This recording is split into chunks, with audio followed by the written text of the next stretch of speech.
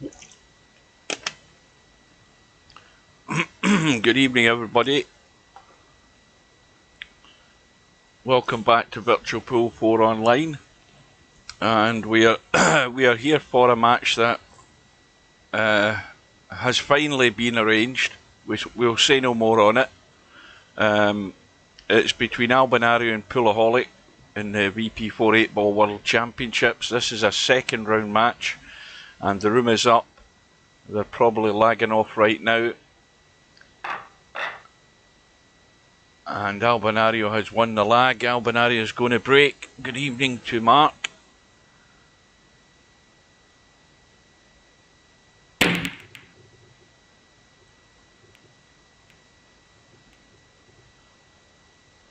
So this is another player who I've seen the name plenty of times, but I don't think I've really seen this guy play. According to Albi, he's from Germany. Albinario from Sweden, yeah. So we'll get an idea of what sort of... I was talking to Albinario earlier. When Albinario sent me a message on Facebook, you had to laugh.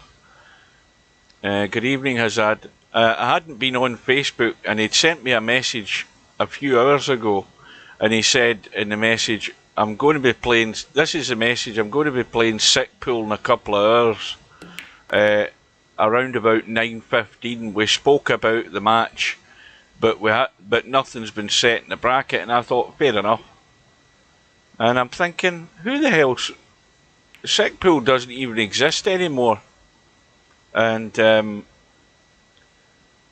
I typed a message back to him. I looked at the bracket, I said, you're playing Poolaholic, not sick pool.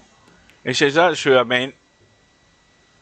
And then, of course, 7:15 came around, and Albie says, "Oh, I think it might have been 7:30."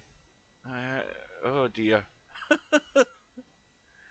And then, of course, Poolaholic finally turned up, and then, thanks to Simon, we've got it going. We've got it started.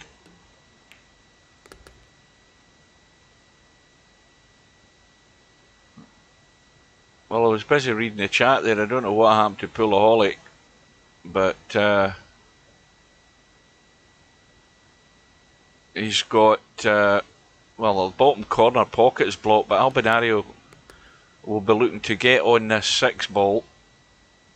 What am I talking about? He's on the stripes. There they are. I'm falling asleep already. Good evening, Simon. I said to Keith, by the way, I sent him a message on Facebook last night. I told him to go and search for DirectX 9 and try installing that. He said, I'll do it tomorrow. So that was last night, but he's never got back to me to say whether he did find it. I think he should be able to find it. To let us know whether he tried it and whether it did any joy. Good evening to Cheeky Chico. I see Steve turned up out the blue.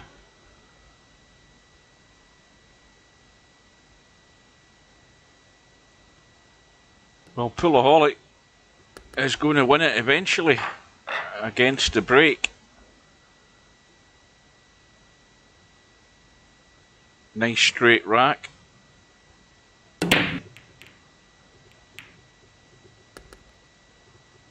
Now, was that the cue ball? It looks awful like it. Oh dear.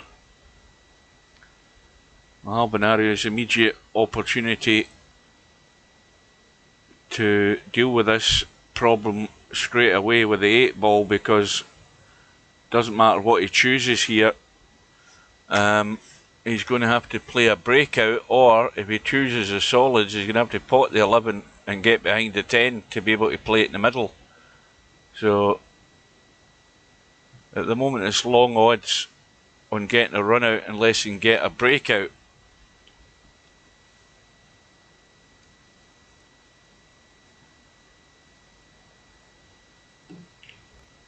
And he's dealt with the problem straight away and created another one. Now the 8-ball is killing the run out.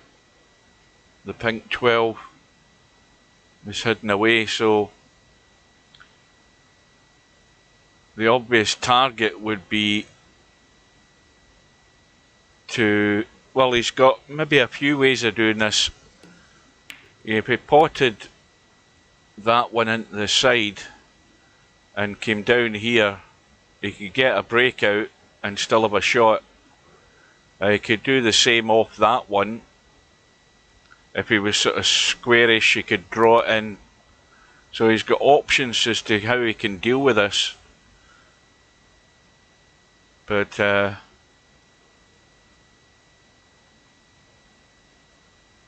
I'll tell you something, I need to go to my bed. I came in this afternoon, I had a late night last night, and now I'm realising Albinario's on the solids. I had a late night last night, I was trying to stay up to watch the rest of the snooker. I had to go to bed. And then, when I got home this afternoon, I had, in fact I didn't, I had a quick snack at work before I came home.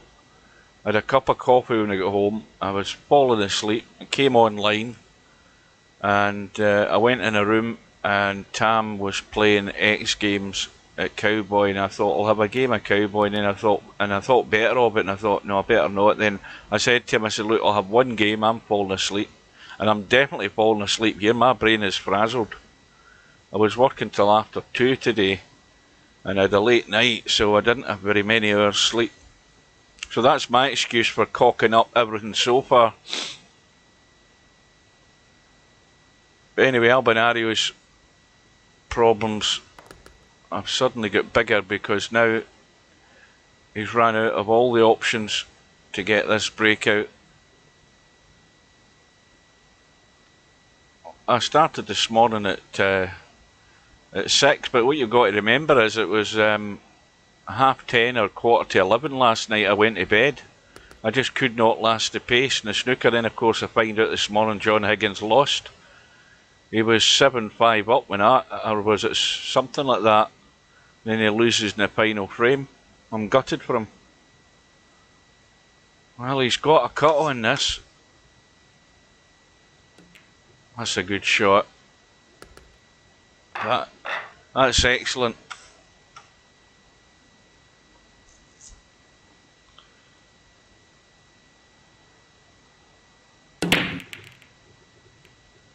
Yeah, started at 6 this morning, finished at, I think I was still sitting in the car I was still sitting in the car park at 2:30. I was eating 2 spicy chicken breasts.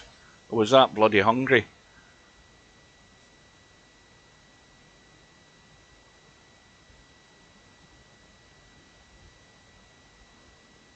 So Albinario scratches in the break. Well, Poolaholic's now got the opportunity to show us what he's made of, because these balls are all sitting good. So it's all about the movement of the cue ball. Good evening to Bedhead. Well, I think he must have tried to stun past the 7 for the 13, which is just above, well, I think that's the 13, just above the 3. Well, that's the thing that's always puzzled me about Virtual Pool 4 in general, that I noticed that Shooter's Pool had a spate of guys doing streaming on it for a little while, and now it seems to have died off.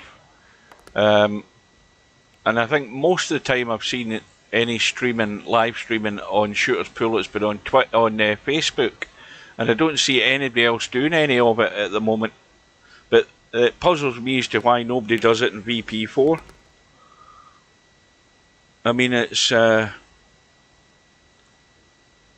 there's no excuse, because you can download, albeit the much newer version of XSplit Gamecaster, and it's totally free. It doesn't cost you anything now.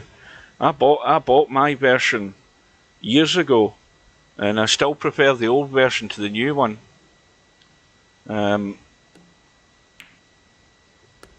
But there's no reason why it shouldn't be. I think he's okay. I thought that was the 9 ball over there in the right side pocket, so that's a good reply from Poolaholic. And that shows that when the balls are all there, he's at least able to get the job done in that rack.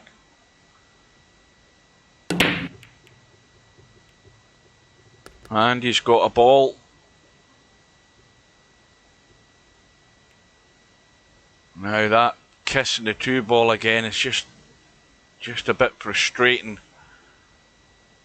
Good evening, Keith. Well, let us know what happened.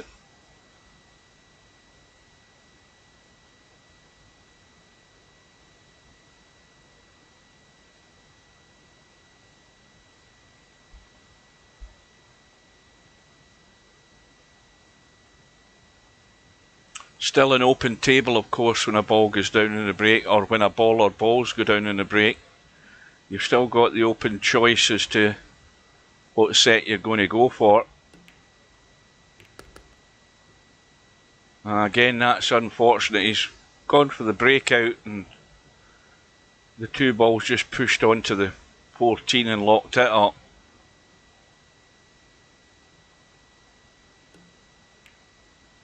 There's another match tonight in 50 minutes time between Albinario... Jesus Christ, man. Oh, I think I need a coffee. I think that's what I need. There's a match later on between Jose and Wanwa, Fan. Starts at the top of the hour. That is a first round match, I believe. Could be wrong. I've been wrong in most things so far at the start of the night.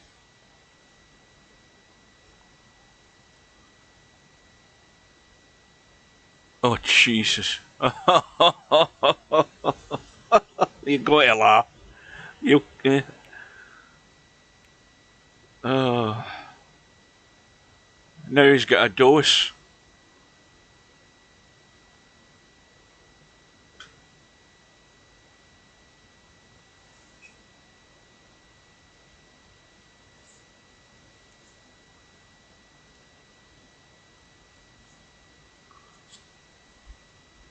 Anyway, that's what I think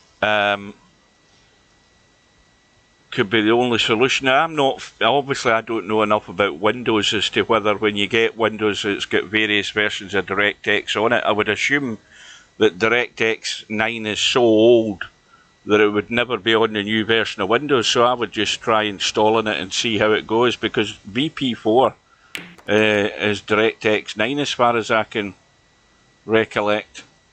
And it's a sort of last chance saloon to get it working.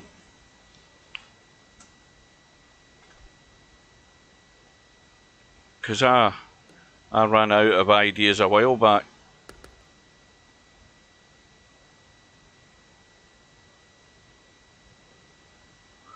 So Albinario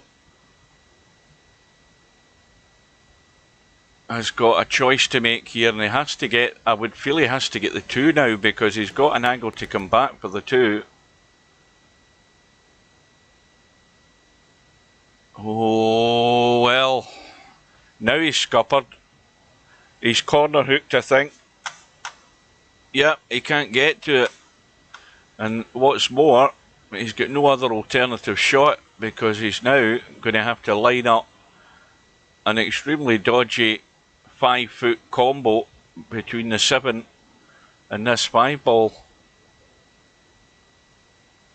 And of course the other issue is he's going forward, obviously, and the 7 is going to be somewhere, and it's to make the pot, it might go to that short rail.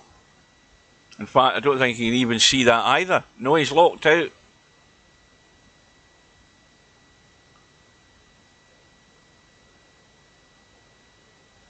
Well, just let us know how it goes. Here's hoping that's the solution. I didn't even think to look up the table there, but he's actually corner hooked in all the balls, which is amazing. Now, that 9 ball, let's have a quick look at that. Now you see, that is tight. It's tight, but it's fine when you're sitting here where the 14 ball is. You get it in no problem.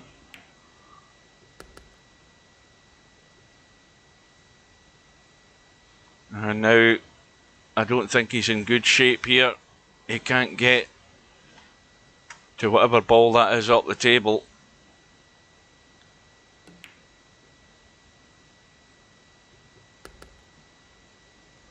Well, I thought you had to have proof of vaccinations before you went into a lot of these places.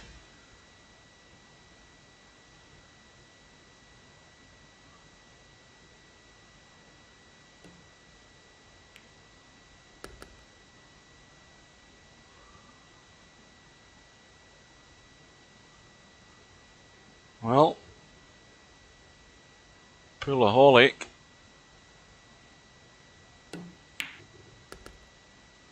decides to take his medicine and leave himself the tougher, longer 8-ball.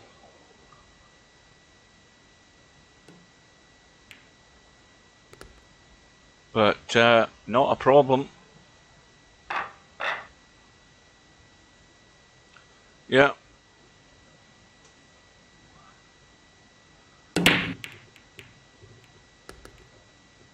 Well, I still must be one of the lucky ones, because as I say, when this all started, and before there was PPE even thought about into the stores, I was 6 months, and not just myself, everybody else that was working in the store, we were all 6 months on the shop floor, with, you know, crawling with customers, no face mask, nothing.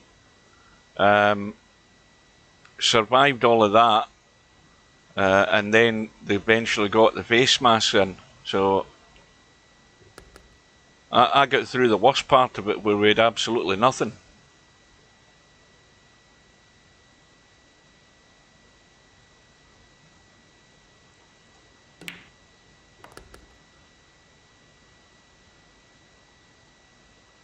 I mean, the thing is, now they're talking about having a first jab, a second jab, and now booster jabs. Anyway, that's your personal choice, whether you want to get yourself full of holes.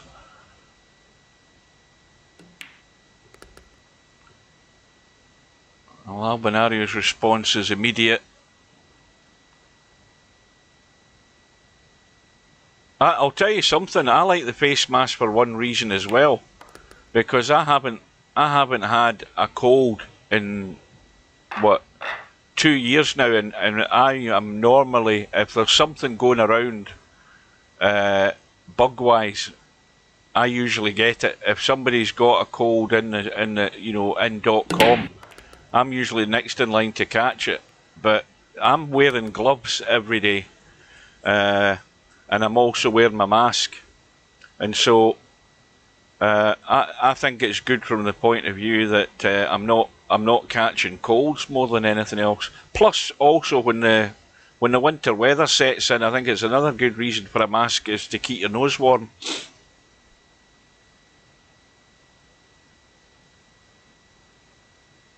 So Albinario back into the lead. Poolaholic at the table. On his break, the little dot next to his name in the HUD on the left hand side, in case anybody's never noticed it yet. But that signifies who broke in the rack.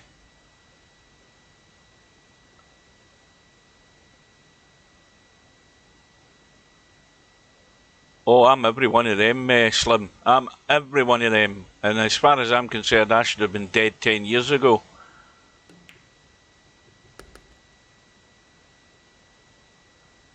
You've got to remember, the Scottish diet's one of the worst in the world. So we've got a reputation to keep up here.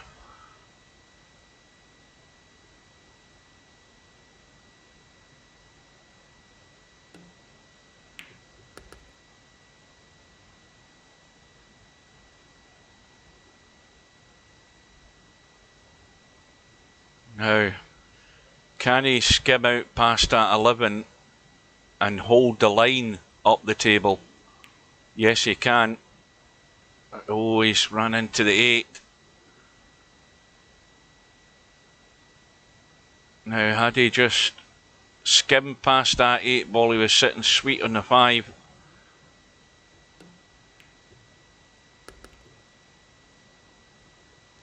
And this is not going to be pretty.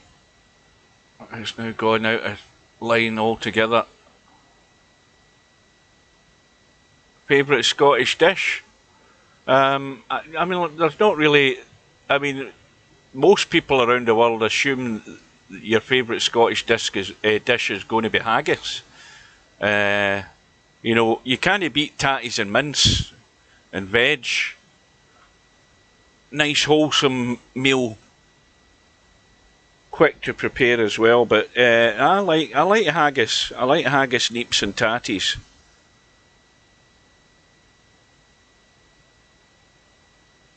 I do like it, yes. But it's an acquired taste, haggis. You know, with that being and I don't mean awful. I mean awful in the other sense. With that being awful, you can't just sit and eat a big plate of haggis. You have to have haggis with something else. So potatoes and turnip or swede, whatever you want to call it, in a reasonable portion. Very enjoyable.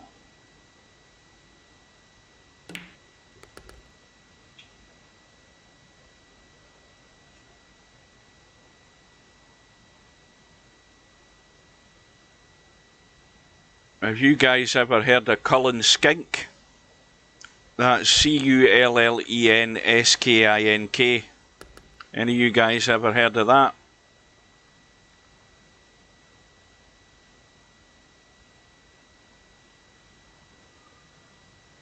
Oh, I hate liver of any description. I hate the texture of liver.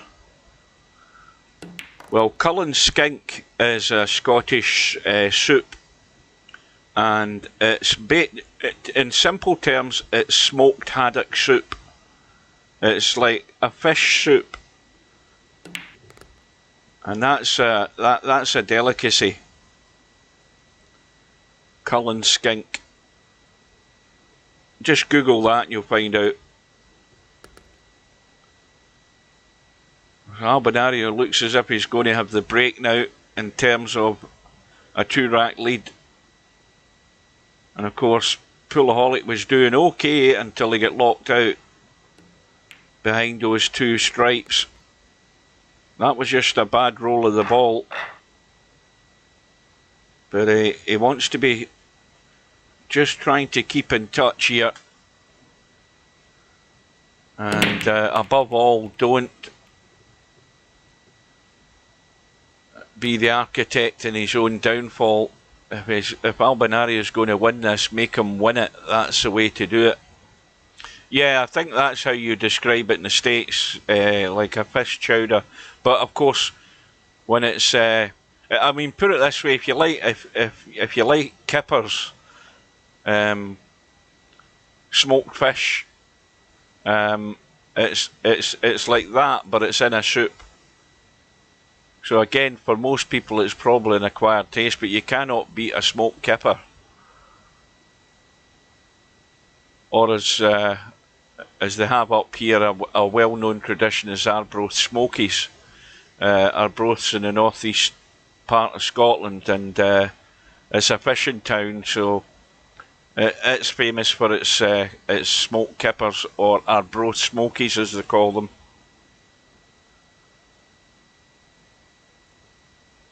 So the 8 ball and the 3 balls tied up.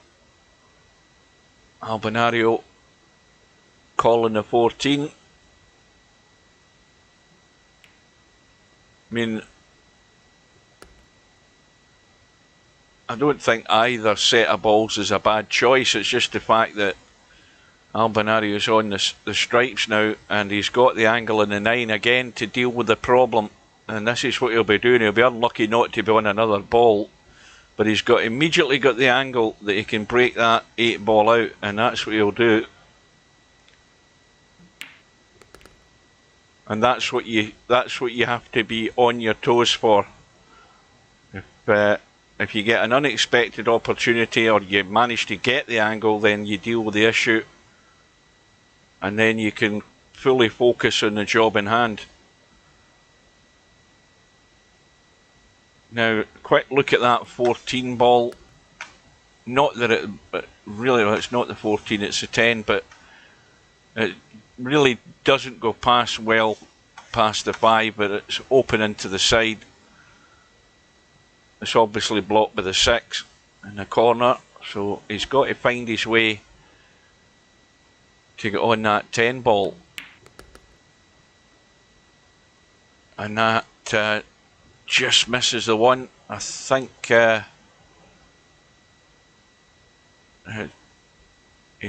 he's looking at this 10 at the moment.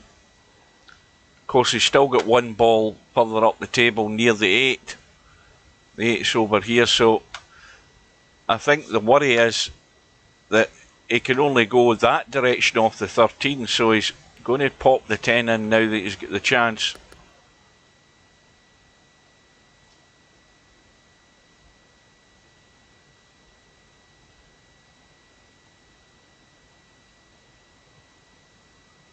Oh, I mean, fish and chips. I'll tell you something. You know, everybody here who's from the UK will tell you what the best thing about fish and chips is. I'll tell you what the best thing about fish and chips is, and they'll all agree. It's not the eating of them that's the best thing about it. The best thing about it is being downwind of the chip shop that you're going to. Because when you're downwind of a chip shop, that's what sets you going. That's what gets the taste buds going, and that's why you make a beeline to get one. It's the smell. That always gets the taste buds going. As you know, you're walking past, or you just suddenly get a waft in the wind, and then you basically realise what your dinner's going to be tonight. Well, Albinario's gone wrong. Got himself locked out there, had to kick. And Poolaholic has an excellent opportunity now to get back within 1. And to be honest with you, there's absolutely no excuse again.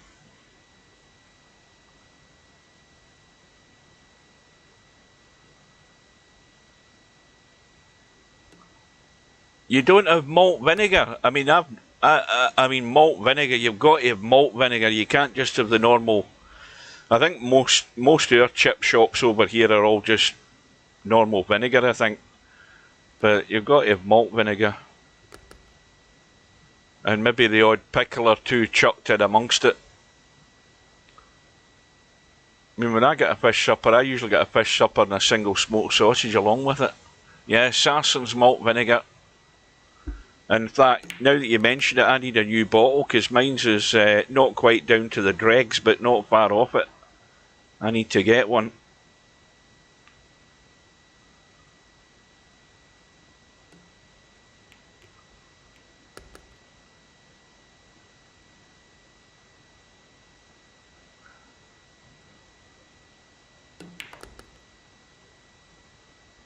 That just needs to keep travelling, but not too far to be dead straight.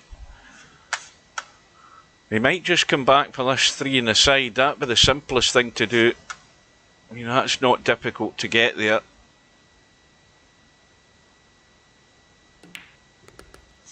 I see, he just hasn't quite got there, but either way, he could have played for the side. He's may well have just played for up table, but he's still in good shape.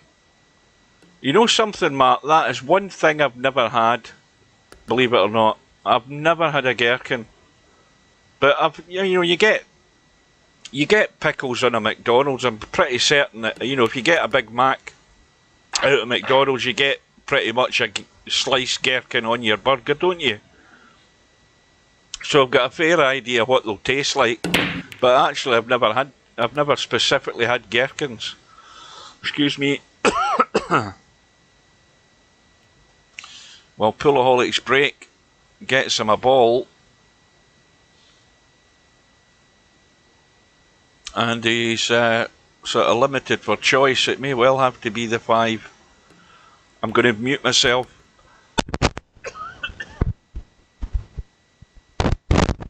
The throat's got dry already. Hang on a minute.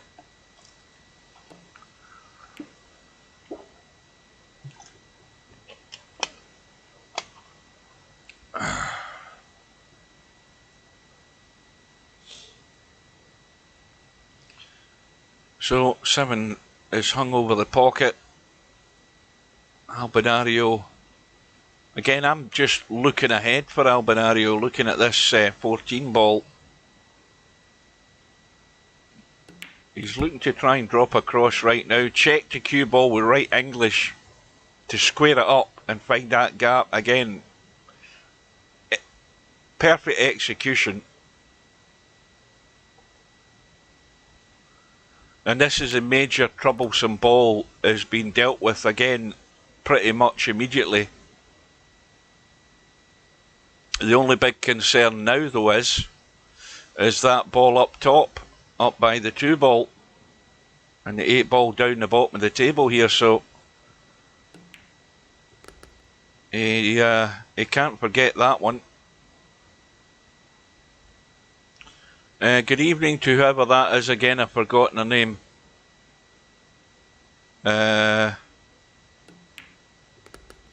Nope, I've totally forgotten again.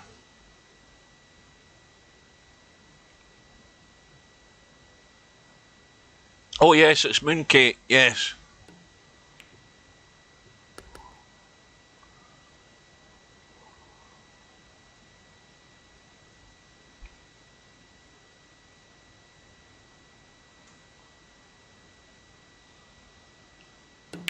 Albinario's dealt with the problem ball up table.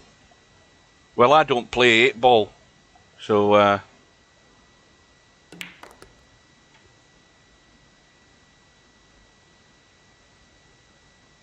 think the only time I play 8 ball is actually in the odd occasional 8 ball doubles match on a Saturday night tournament, sorry.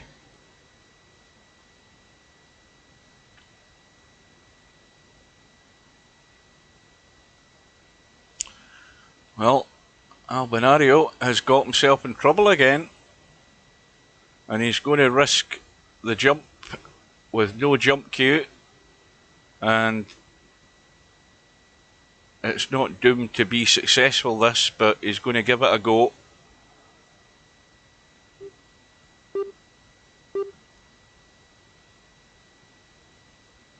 Yamaguchi Taro would do this, no problem. Yeah. Well, this is a bonus for Poolaholic. I mean, he's back at the table again unexpectedly. Ball in hand. Got to get that 2 first of all.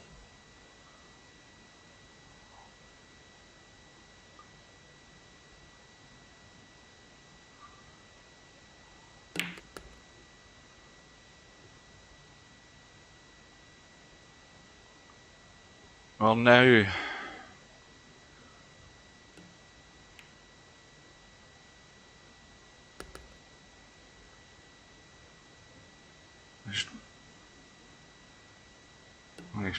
playing the 7 to get up the table, and he would have liked a more open angle on this 6 ball, this 4 ball. He would have liked to have been further over to the left if I can get my doodle to work. You see, that's why he skirted away from the 3 like that, but he should be okay, but he's got to watch the bit of inside that he's putting in the cue ball, and that's well done. So Poolaholic's got a reasonable understanding of what he's doing, and that's good to see.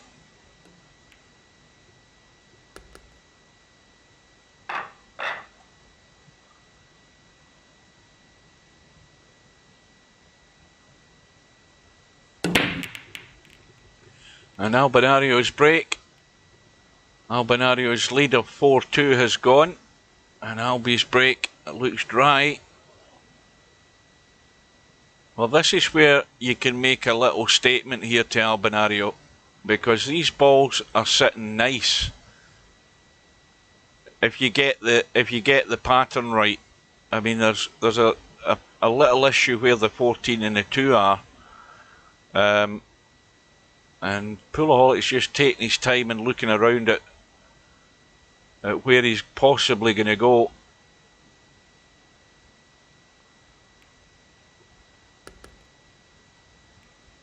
Oh, that would have been perfect. If we just skimmed past that 5, we could have got rid of the 14. And of course, I think you can see the 15. Good evening to Matt.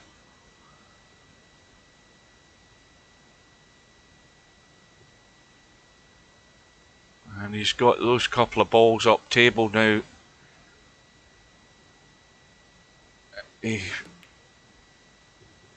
This is where it's going to go wrong. Having to work from distance to get back down for what looks like the pink 12. He's missed the 6. He's on the 12. Now, what's the angle like there? That's not bad because he can go around the corner and get on the 14 into the side.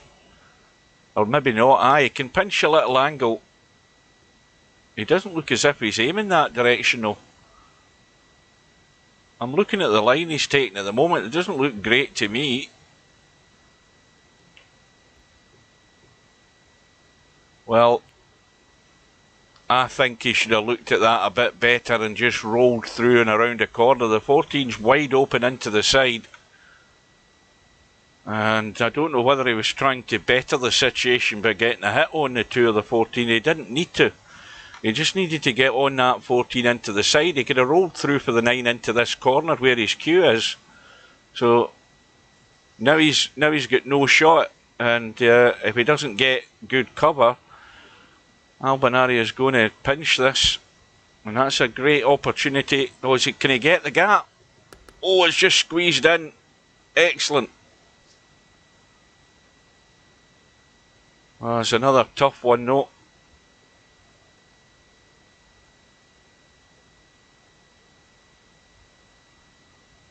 How's his luck going to be? Is he going to be able to skim off that too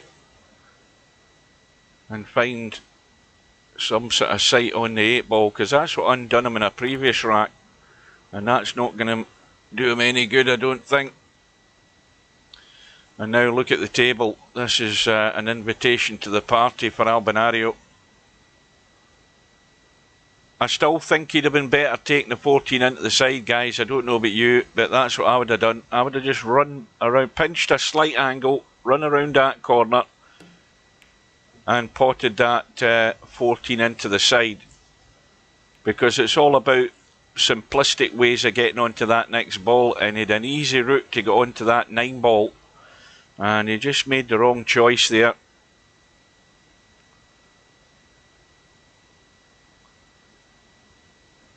Yeah, it wasn't an easy cut, that though.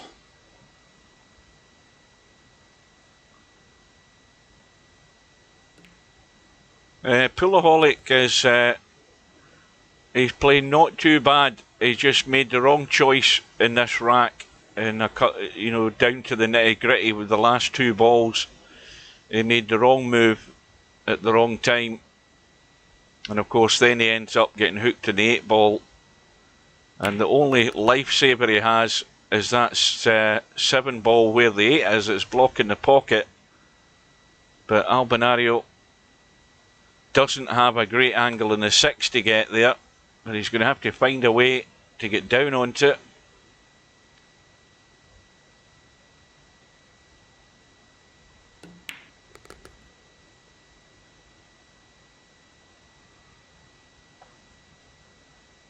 And now he's got the angle to get right up top onto that 7. Now again, if he doesn't quite get good in the 7, he still has a 4 as a bailout ball. But he's got to play that now, I think, unless he thinks he can get better in the 7. The pace is good, the line's not bad, and that will do.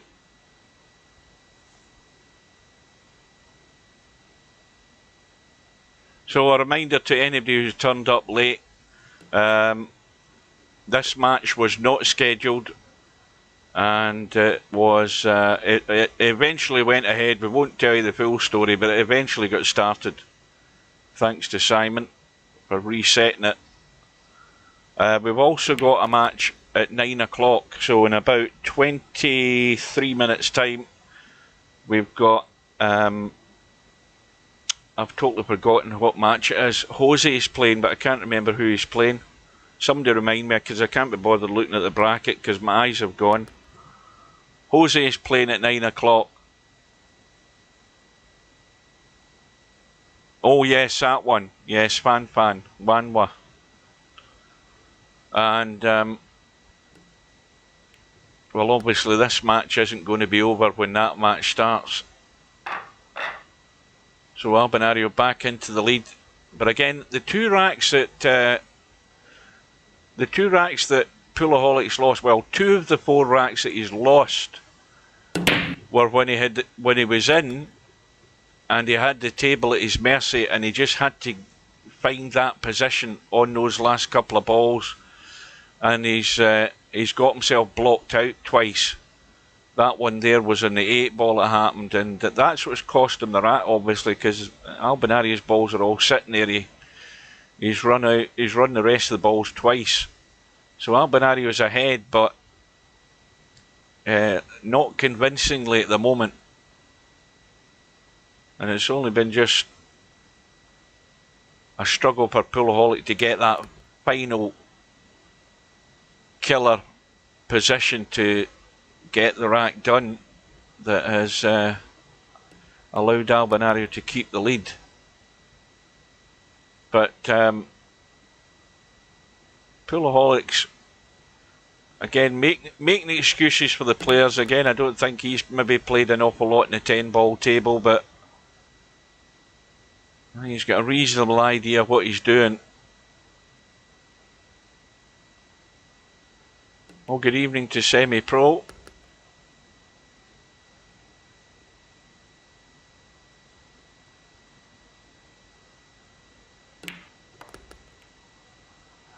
Now he's drawn onto the 14. And if he cuts the 9, he's got to try and go below the 1 ball, I think, unless he's going to, yeah, just let it draw below, and now he's going to have a struggle. Let's have a look. I see that 8 ball's tight again. He's got to get a good line. The pace is nice. I like the pace. Well, I don't think he could have played that much better. He just got to take his time and ignore the 6 ball. There's plenty of room. I think he just did not set himself. He did not set himself there. He's got a shot clock to work with.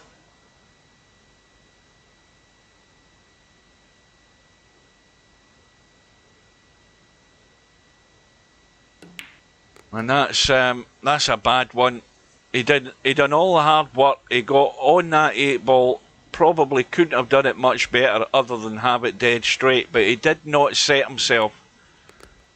And it's going to cost him. And stuff like that is going to cost dear. Got to take the time when the shot clock's there, and it's going to be reset for the next rack. Obviously, you've got to start eating into that time just to make sure you're comfortable and you're happy with the line. I hadn't even finished the sentence and he'd played the shot.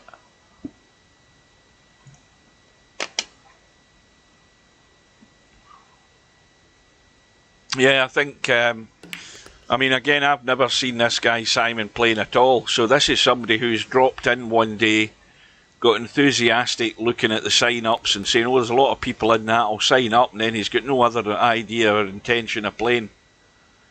And of course the other thing as well is he's never played an NRT tournament. He's probably not getting the emails forwarded to his personal email, and he'll have no clue what's going on.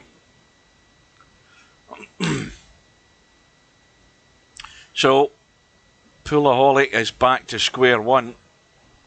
He was 4-2 down, but here's a bonus again. Albinario's scratching the break, and he's going to have first go, and immediately there's a problem. We've got the 6 and 9 locked up.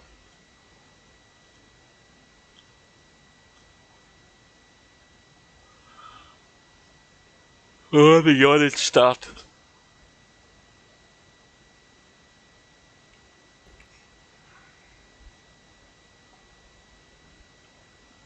So Poolaholic commits to the solids. And he needs a good angle on the 2. He's gone too straight, I think. He's got a slight angle. He needs to give this a big punch. Again, I don't know whether he played the breakout or I don't know whether he played for the 3. But I think he had a slight angle there, and a good stun would have got a little chip onto that.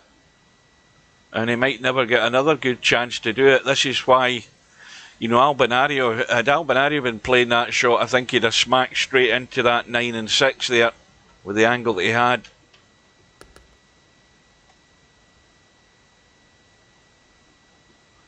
And he'll regret that if he can't. I mean, if you look at the 6 goes from this side. And that's unlucky. The 6 did go, but he's going to leave Albinario with a shot unless he calls this bank. Now, does the 6 go past the 10? Because he could play the... No, he could play the bank in the 7 and come around the corner and try and get behind the 6. Well, that's a cracking shot. Needs a bit of luck. And that'll do as far as getting on the 7. Now, he needs to watch the stun here if he's going to stun across and try and get up to the short rail behind the 8. He looks as if he's playing a big draw. I don't know what this is about. I don't know why he didn't just try and stun in behind it.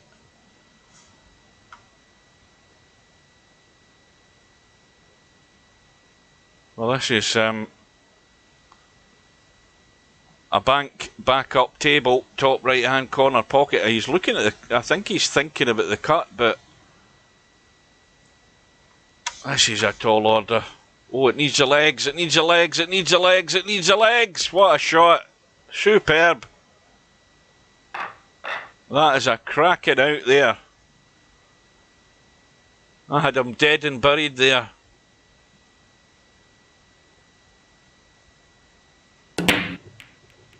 But even that was vital to hang in there and get that done. Get him back to within 1. And he's got a ball. And again, these balls are not bad at all. We've got 3 solids down the bottom left-hand corner here. We've got all the solids in the open down this end of the table, and the 8 balls in the middle. Let's have a look and see if that goes past the 7. No, it doesn't. But I think they're covering one another as well, these 3 balls. Let's have a look. Yeah, he's taking the solids. Well, he's trying to take the solids.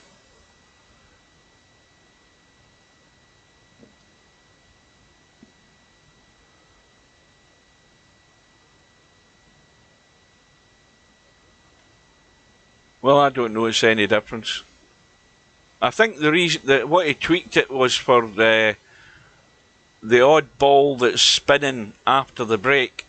You know how you're seeing a ball spinning and it spins for like 2 minutes before it stops spinning. But I haven't really noticed any other major difference. I think that's all he's taking out is that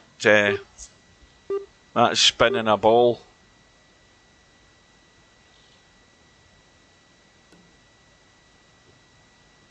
Well, Albinario,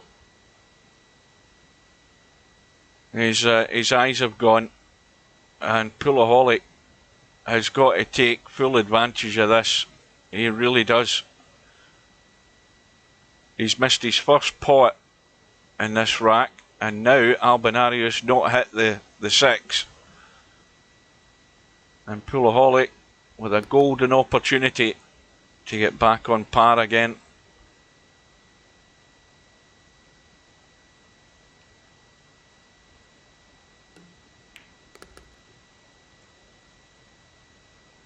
Now, I'm worried that he's going to leave this 6 ball to try and get up for the 8 ball. That's the big concern here.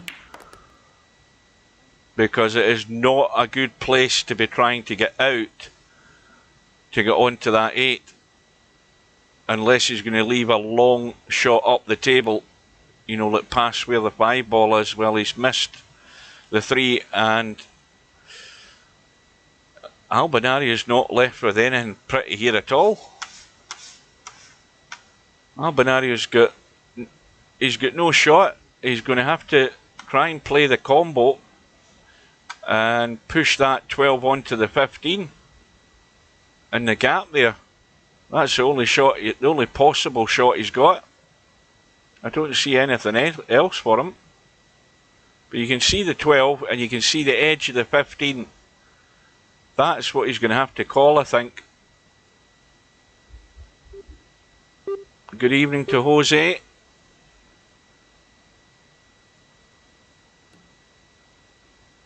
Now he's trying to hide. And that's not bad. It is not bad at all.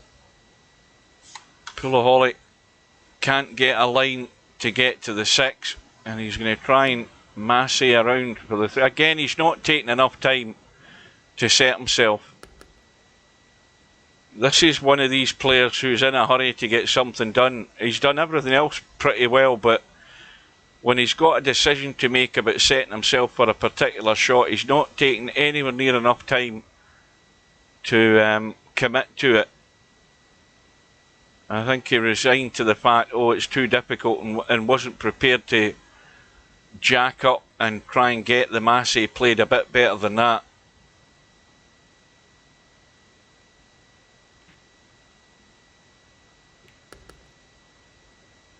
I would just like to see him take his time in that critical situation. I mean, okay, he's doomed to lose the rack more than likely anyway, but you've got to apply yourself a wee bit more discipline and set yourself for a shot rather than rushing into it.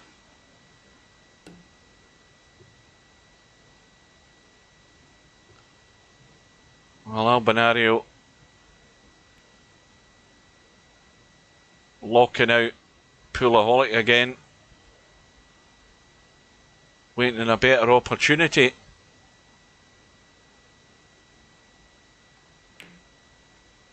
Well, that was asking for trouble there, because I mean the 6 ball is a reasonable target to get to if you can find a line for it, but Poolaholic couldn't get it done. Albinario now has got to commit.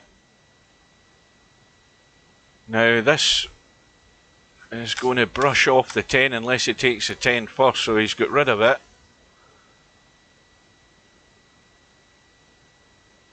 He's still got that 15 ball up top, which is handy for getting to the 8 ball anyway, so 8 ball right in the middle of the table shouldn't be a problem.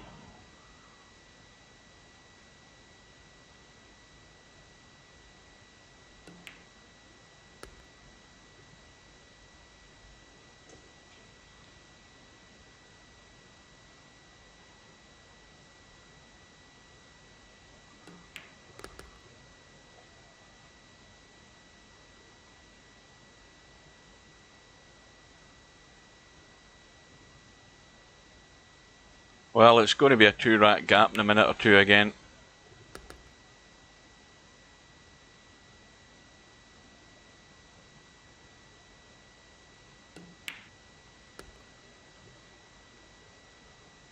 And of course, the deeper we go into the match, the more urgent the situation becomes for Poolaholic.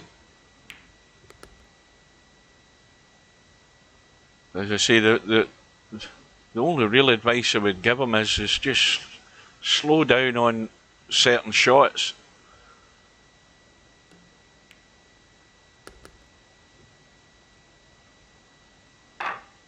So Albinario back to 2 in front, 7-5, and with the break. But the break I thought was dry until the 3's crossed back over. It's gone in. And well, the solids are odds-on favourite here, because you've got the 2 stripes on the left side,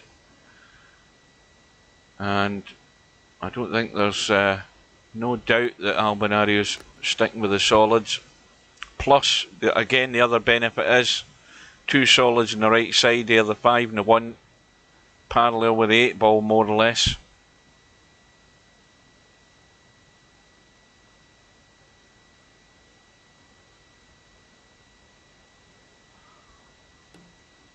And this might be where Albinario is going to stretch this lead.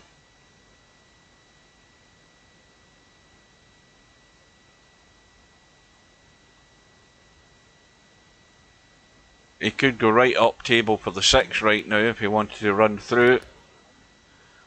Now how straight is he in the 7? Well, he's got the angle to come back across for the 6 this time.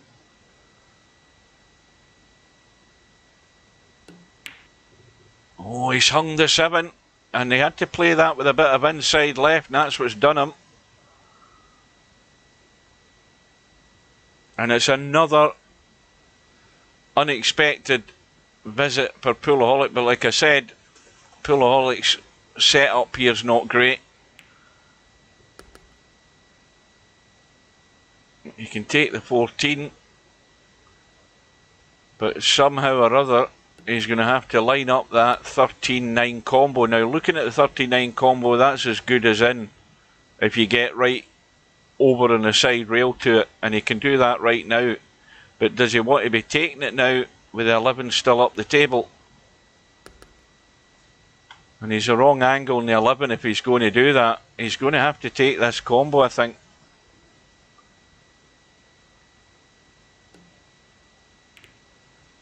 It needs to hold the line, and it just held.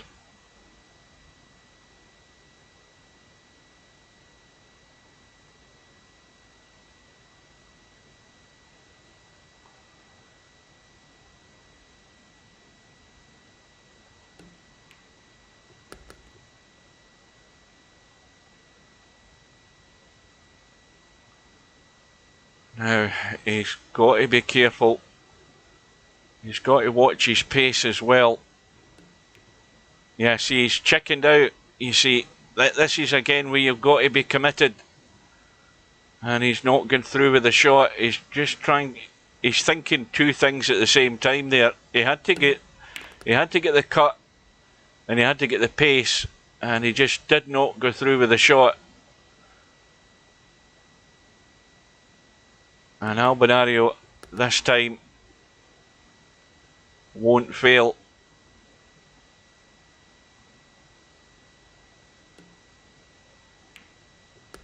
Just to roll in on the side, so it's now going to go to 3. The glimmer of hope has come and gone for Poolaholic.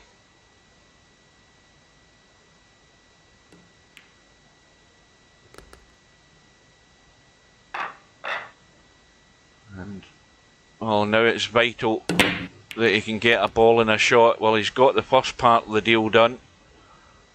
And once again, there's a problem. What went down? The 7 ball's gone.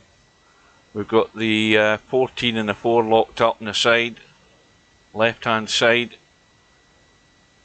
So when you're at the table in this situation and you know that one of your balls is tied up, your immediate decision on the set that you take is there a ball that I can get a breakout? Well, there is. If he was taking stripes, the adjacent ball's a 9 ball, and if you can pot the 9, you can get the breakout in the 14.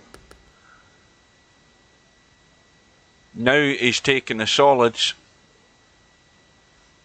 The nearest ball to that 14 is still the 9, and that's blocking a path from the 1 to get into that.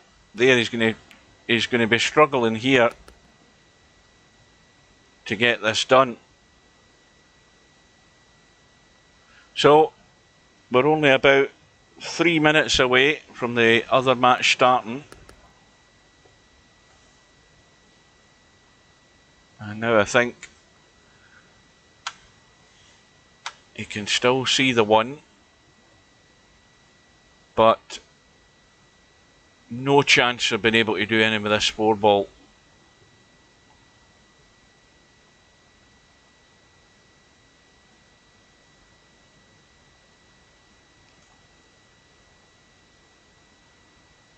And it still acts as a lifeline for him now, though. But Albinario is he's not inclined to take that 9 ball at the moment because of what I mentioned earlier. If he can get a shot in the 9, he can get that breakout. Now, if he takes the 11, the only thing with this is, if he wants to try it, he's going to have to run into the 9 to try and nudge the 9 into it, and that's not the best way of doing it.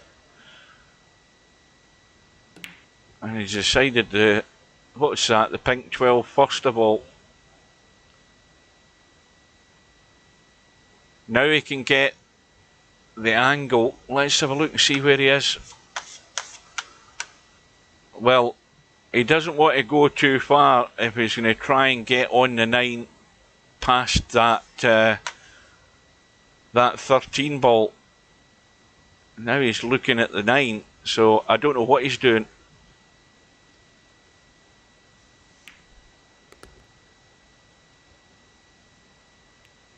And has he got the angle now? Well, look at where he stuck himself though. Chinese snookered over the 3 ball, and he's 2 straight as well.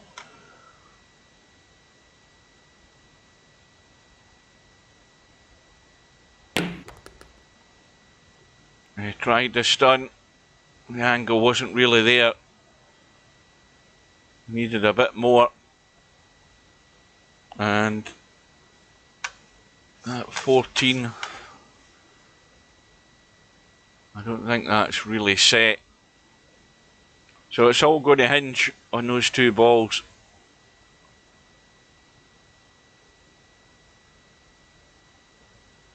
Well, he's going to have to jab in around the rails. I don't know whether he wants to try and stun direct, but let's see how much angle he's got. No, he can get there.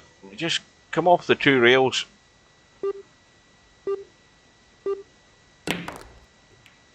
That'll do.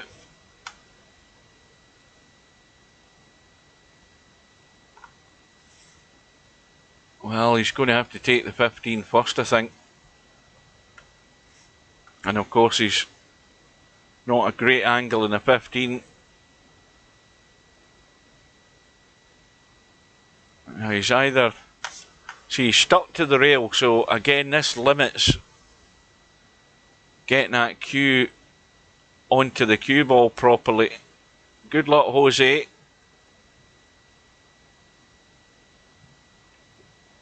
Yeah, he was having to spin it, and of course you send it offline, so... Well, this is a golden opportunity again, dare I say it.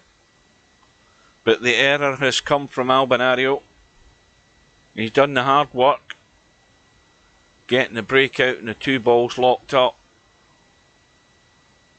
And, well, Poolaholic's the wrong side of the 4. So he's just going to have to play this from distance. Now this is just a normal shot, just pot the 1 back into the table on the 3. Now you have to again just play the simple shot, just roll behind it like that. No try and be some sort of acrobatic hero and doing something with the 8 ball, just get behind it and pot it.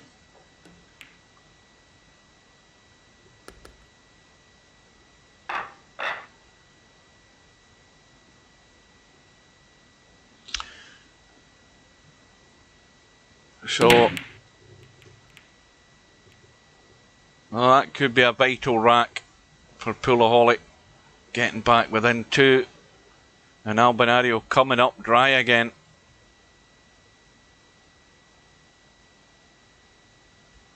But of course there's another issue. We've got the 6 and the 7 not sitting pretty. But if Poolaholic can convince himself he can see the 9, and he can, he doesn't have to worry about the 6 and 7. And the other thing is, that 8 ball goes past them into this corner if he needs that as an option.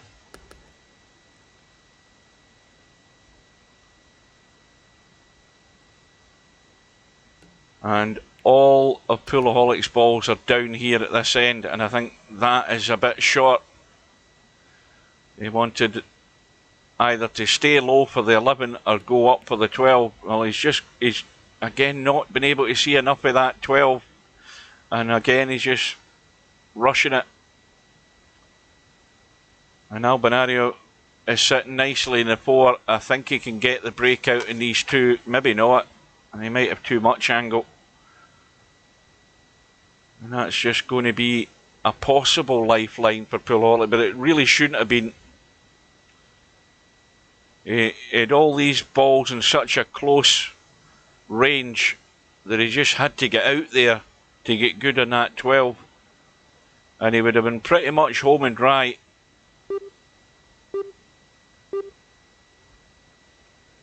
And that's the things you cannot do against these guys. It's just simple as that. You know, you're chasing his tail. You've pinched a rack there just a minute ago, and then you've blown a brilliant opportunity to take advantage of the situation. And Albinario has dealt with the problem.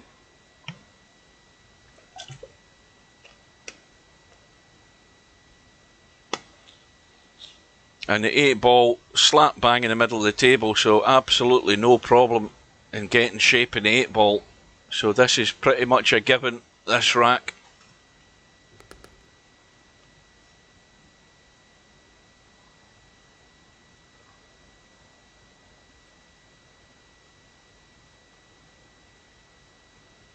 I think the end of this match, I mean, thinking ahead, it could be a case of what could have been for Poolaholic if this goes the way it looks as if it might be going, because you know, he could be 3 racks better off at least at the moment. He could have had Albinario on the rack had he taken those chances. Got himself hooked twice on racks that he was about to run out. You know, so when you think about that, this match could have a whole different shape.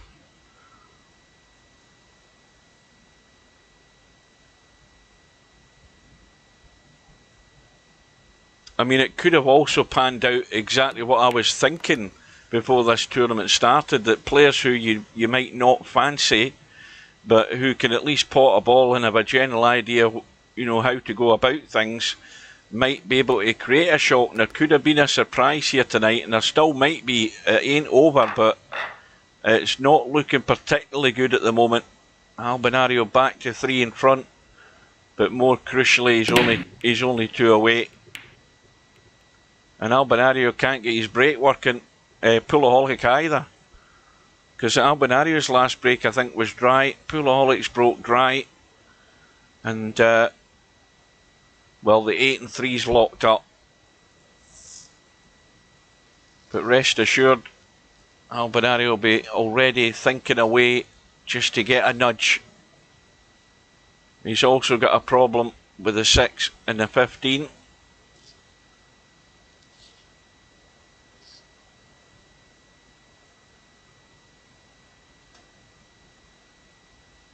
Started watching that documentary last night about Jack Charlton, and again I was switching backward and forward between it and the snooker, and I only managed to see about the first 15-20 minutes of it. I think I'll watch the rest of that on iPlayer. It seems quite an interesting documentary. They could have made, they must have not made that too long before he passed away. So Albinario on the solids. We've got a blockage, or a combo, if you want to call it, with a 7 and a 1, but it's going to have to be well made. He's not sitting ideally here with 2 of his balls locked up, and already running out of opportunities to get a breakout here.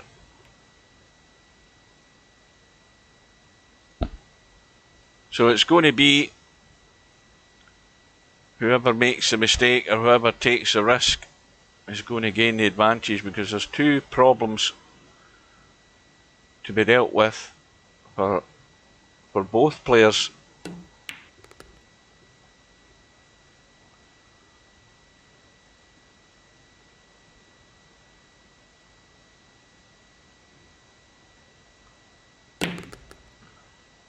And he's trying to nudge the 6 and 15 there, and the best thing he did there was not doing it, not getting a hit. He's probably better keeping them the way they are at the moment.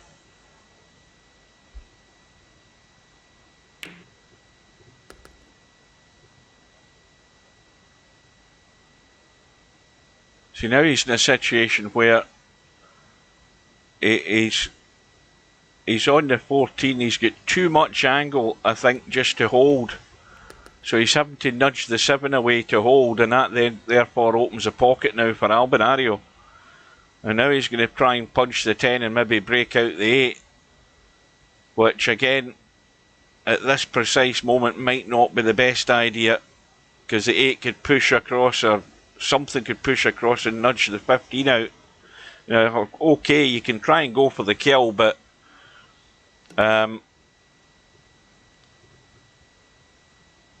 he's far better leaving them the way they are now and just biding his time, because things happen.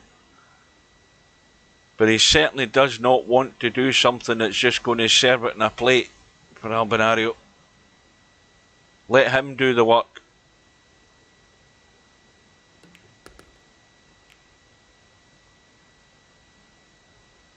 Well, the one thing for sure here is he's going to have to thump the 3 into that corner up top side. And he's trying it with a 1. That hasn't really changed the situation.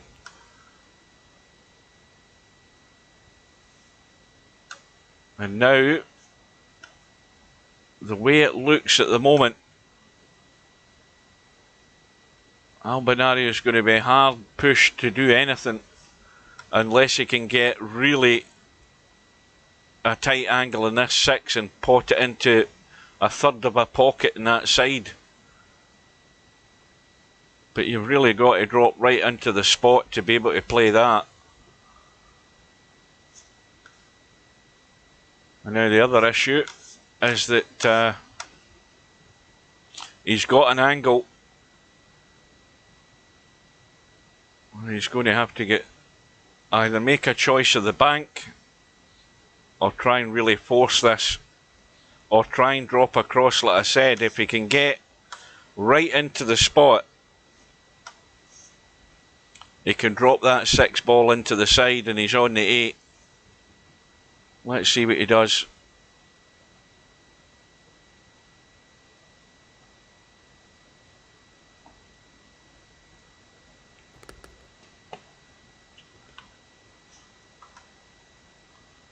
I don't think he's got excuse me,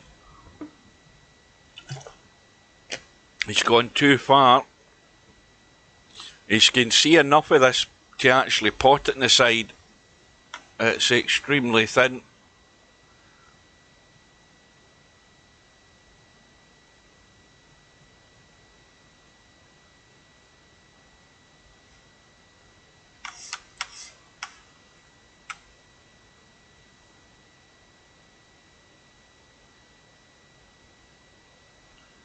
Well,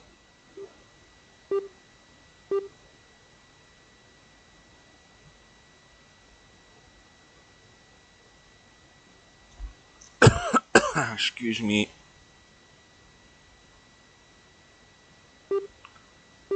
He's taking his time, which is the right thing to do. It looks good off the jaw. No! It looked as if it was just going to catch the jaw and drop in. It's a lifeline for Poolaholic.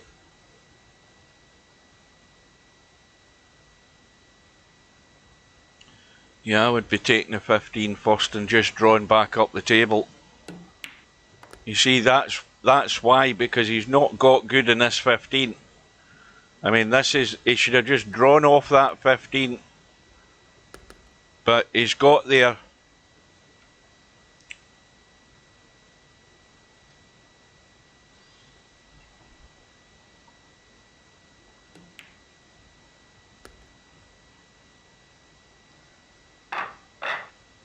So once again, for the third time in a match, back to within 2, but Albinario with the break.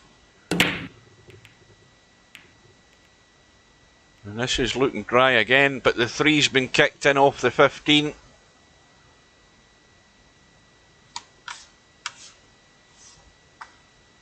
The 7, I'm going to need a lot more convincing that 7 goes. But it does go, because you can cheat it off the rail. It would go in no problem if you got there and you had to play it there, unless it gets moved.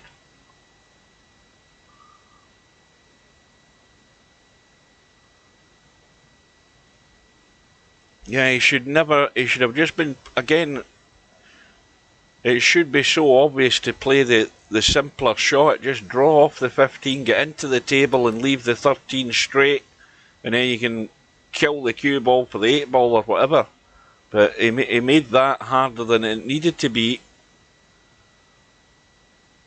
Now, while Albinario is shooting there, we'll have a quick look at the scoreboard. Well, that's the one that we're in, so we're not bothered about that. Jose is 1-0 down to Wanwa or Fan.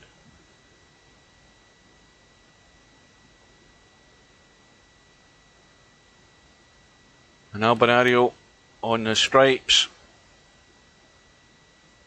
Now, has he dropped onto that 11? No, he hasn't.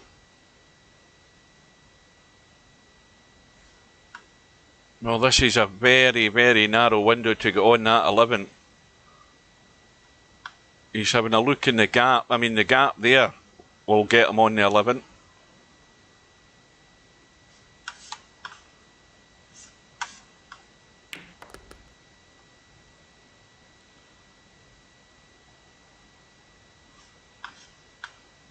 But he's taking the 12 first. 9, then the 11, and then the 8 into the side here, where we are. That looks like the plan.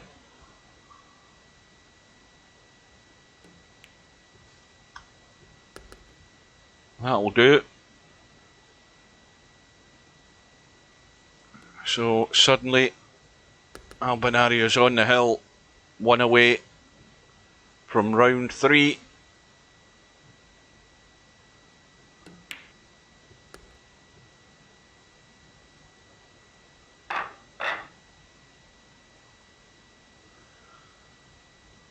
So, Poolaholic, it's basically no mistake now. Gets a ball, and well, I have to say the solids from where he's sitting look the best to me, because he can get to the 3 eventually. The 15 ball's blocked, so I'd be taking the solids.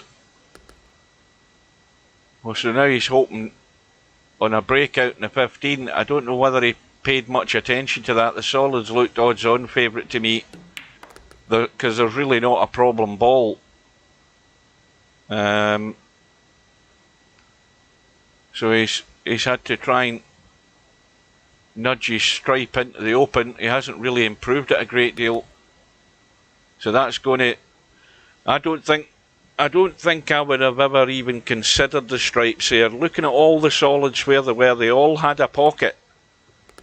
It was all about getting on them. And I think he'll be done for with this 11 ball. If it's the 11 ball that it is. No, it's not. It's the 13. He's going to have to bank that or drop in behind it. And he's dead straight in the 15, so he's got no chance of that.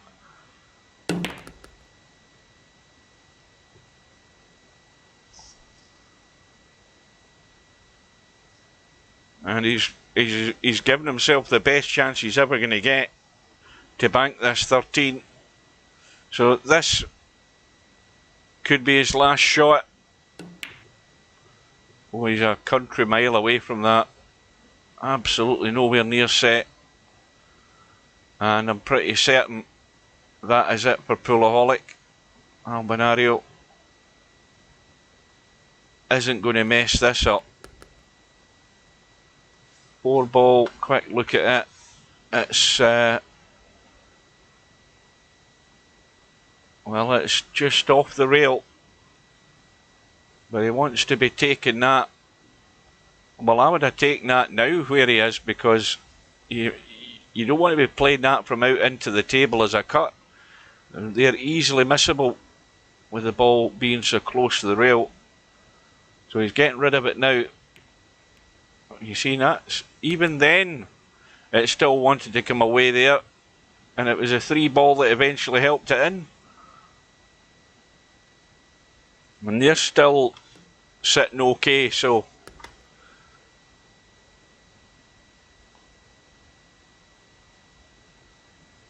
his final ball will be the 6 ball right next to the 8. Well, on that scoreline right now, I would still give Poolaholic another 3 racks. It could have went to a final rack decider had he taken those vital opportunities he had. And they weren't difficult because the balls were there. It's just the fact that he ran into trouble, hooking himself twice in different racks. So it could have been a totally different scoreline.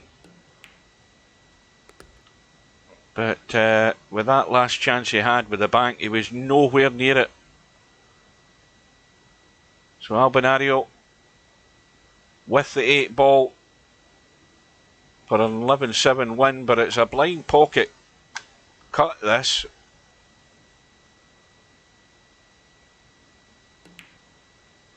And it's holding the line. And so Albinario is through, but I wouldn't say comfortably through. If Poolaholic had taken those chances, it could have been a different setup here. So Albi marches on. He's going to have a long wait now for his next match, I would think. Poolaholic over to the 1 loss side.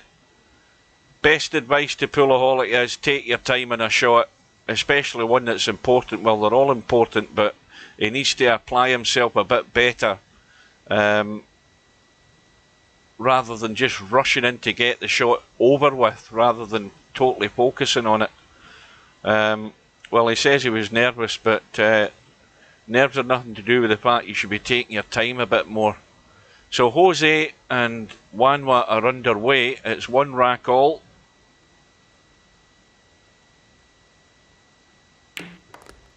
Cue ball, commentator's curse, straight into the room, and Jose scratches. And I'm going to get the blame of that. It never fails.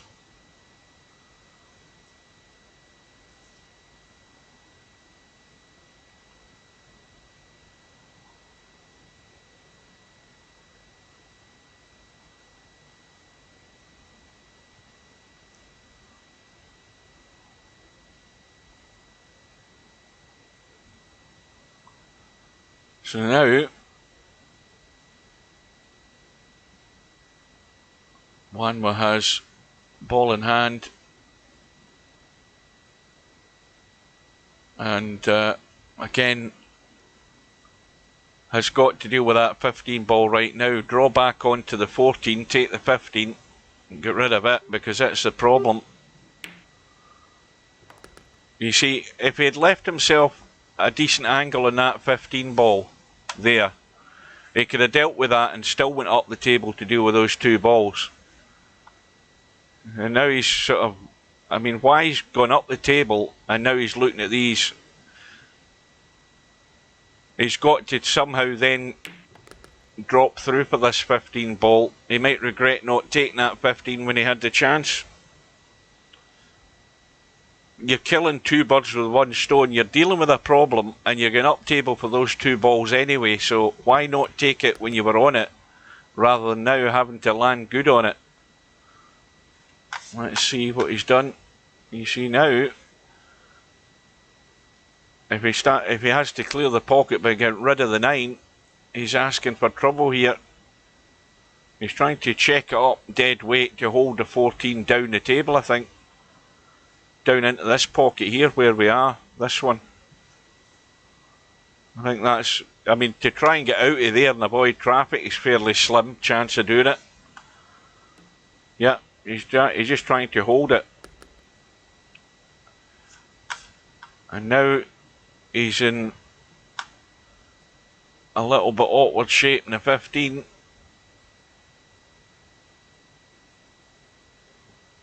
And should have no problem getting on the 14 though. But there you go. He's hung the 15 because of it. And don't say the commentator wasn't right that time. Because that again was the wrong choice of shot first off there. 15 ball should have been gone a long while ago. And he wouldn't have been sitting where he is now. With Jose all the balls on. Take the 5 out behind the 2. And he's looking good. You need to drag into this though. He doesn't want to let this run away up the table. You need to control this shot.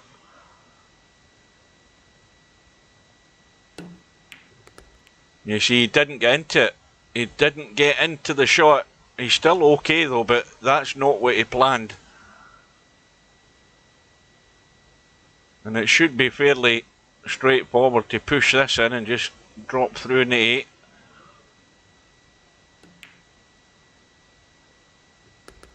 And so now,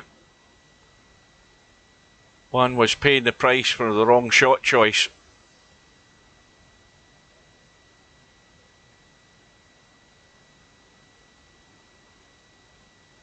Well, I think right from the start with that visit that Wanwa had, he was on the 15 to go up table.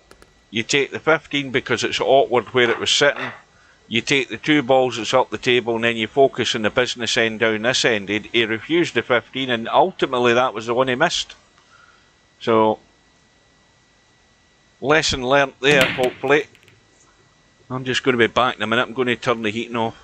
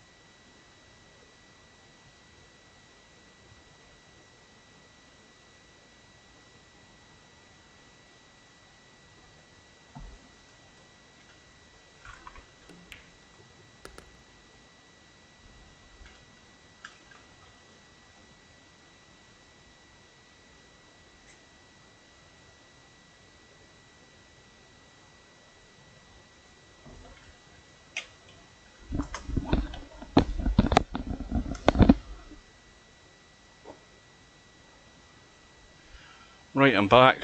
What have I missed?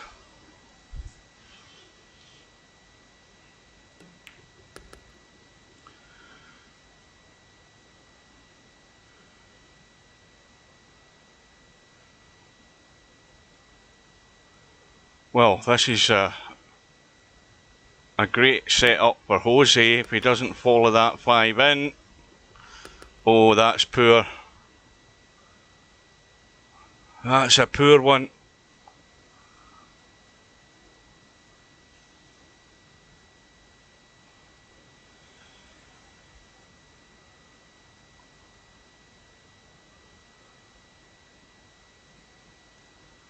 That's gifted Wanwa a chance. He's going to struggle to get good in the 8 ball unless he leaves that 13 ball to get round behind the 2 and 3.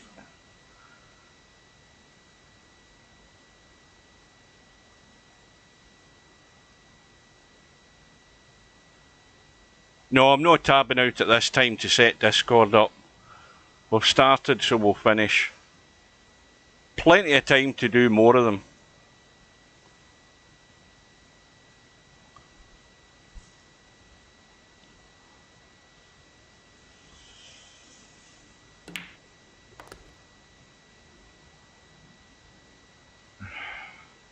So I would suggest that there is 2 reasonable balls to get down onto that 8. The 13 would be it, or the 9 if you roll it up. But he has to be thinking about that all the time he's playing.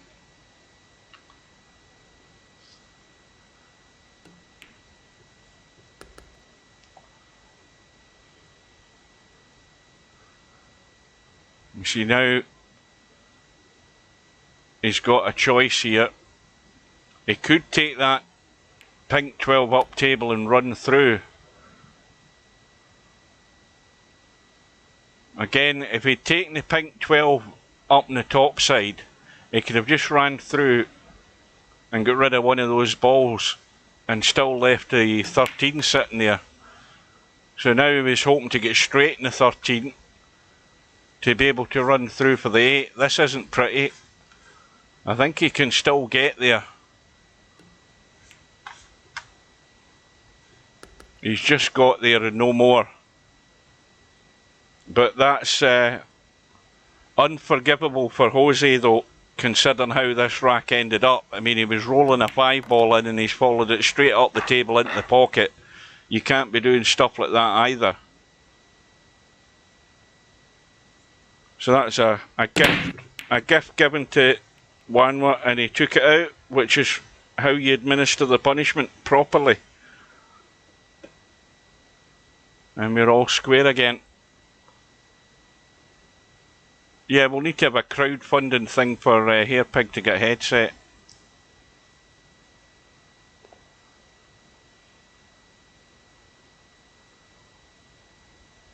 Mind you, I have to say, is Semi-Pro still there? Semi-Pro sounds a lot worse than Hairpig does, because Semi-Pro's down the bottom of a great big huge open cavern when he's using his mic.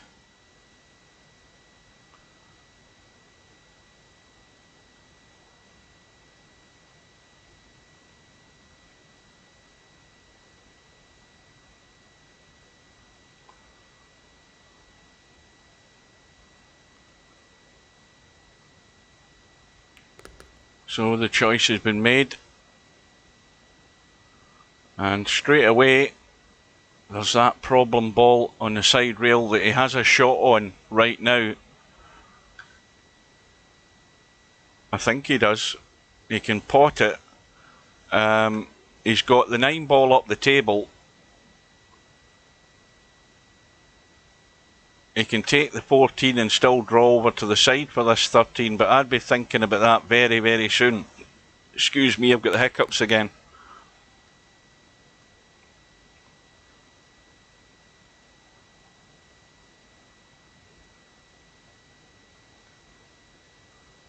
Another opportunity for the 13.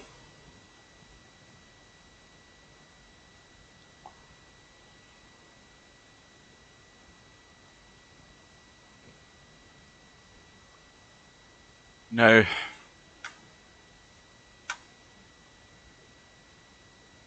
just looking to see how far he ends up through here, because obviously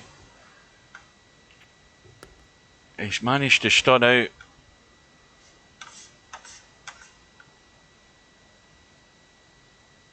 See, that's the only slight issue. If he comes back off this 9, he can take the 12, and if he's got a good line he can get on that 11. The 10 he can either take up table or into the side. Well, he's just gone too far. Too much juice.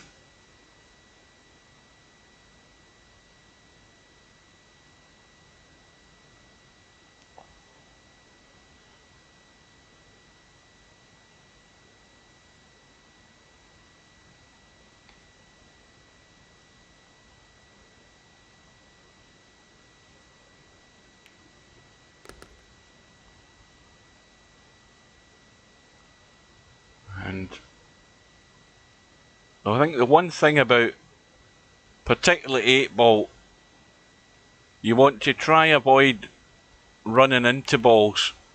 You know, that's 2 shots in a row he's running into balls, and now he's pushed the 8-ball safe. And that's what you want to avoid. And the way that you end up running into balls is simply you're getting the wrong shape. Sometimes you can't help it, but that's why it's so vital that you make your shot choices correctly. And then you end up in a hole like that. So again, the pattern is wrong when you end up there and when you end up hitting 2 balls that you shouldn't be hitting. But the most important thing about this is that Jose has to get the job done.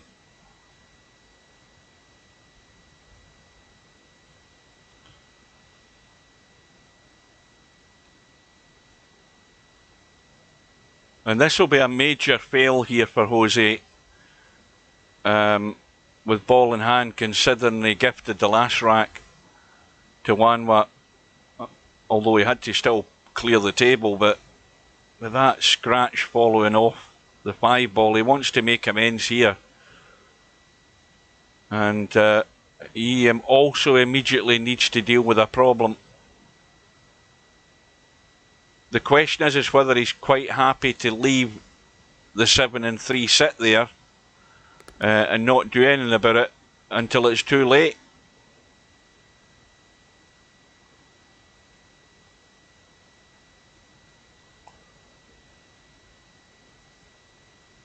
Oh, do you? That's good.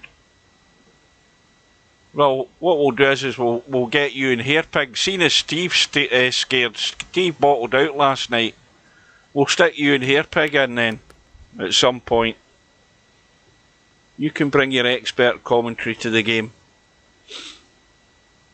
Now, has he got on that 3? Yes, he has done. And I think he's just got there.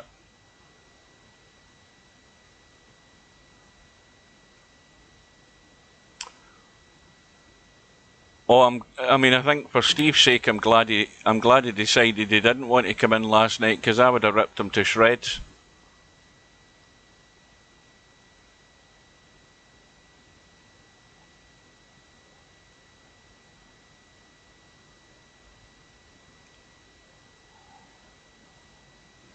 What are you talking about? You won the bloody 8-ball bar world championship. Bullshit.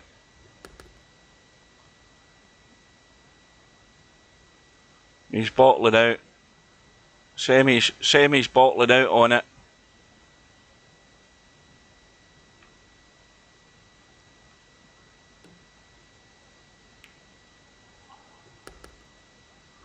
Well, nothing more simple than pot the 5 and just stun it in and let the cue ball come up the table. And nothing more simple than a roll in and a roll through and a roll in the middle for the 8.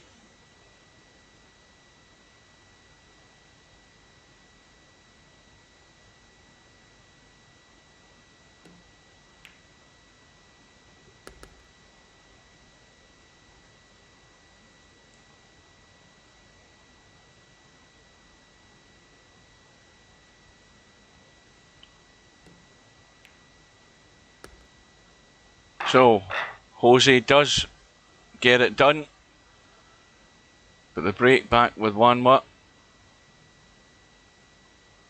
Rack number 6. Well, they broke well. They broke well, but nothing's doing. And straight away, well, that 15 and 4 have just sort of come together. A quick look. Well, the solids, let's have a look at the table. The solids are good to me. because there's 2 balls up table, 3 balls up table where the 8 is. And this 1 ball would need to be cleared after the 2 if he takes the 2, because that then opens up the 4 into that corner. He could get onto the 4 and play the combo, but has to make an important decision here straight away. And that wasn't it.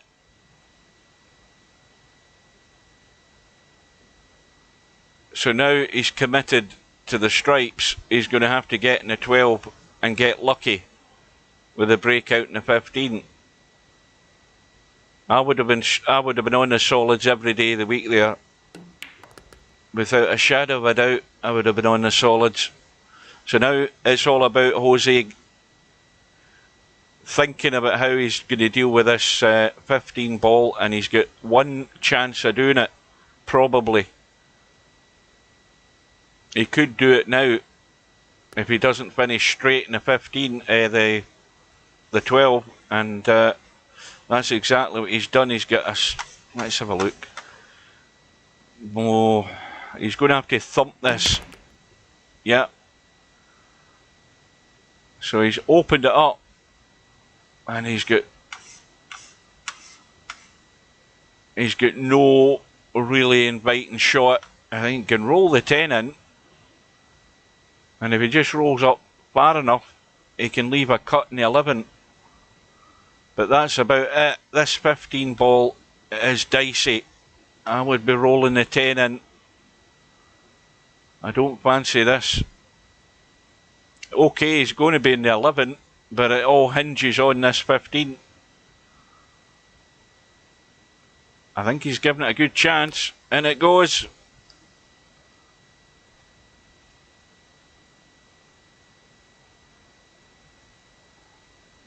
And now I think he's pretty straight in the 11 as well, so once again, going to have to get some action. And the control was perfect.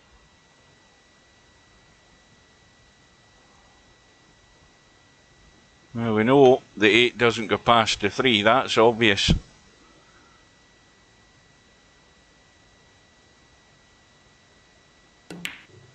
Oh, the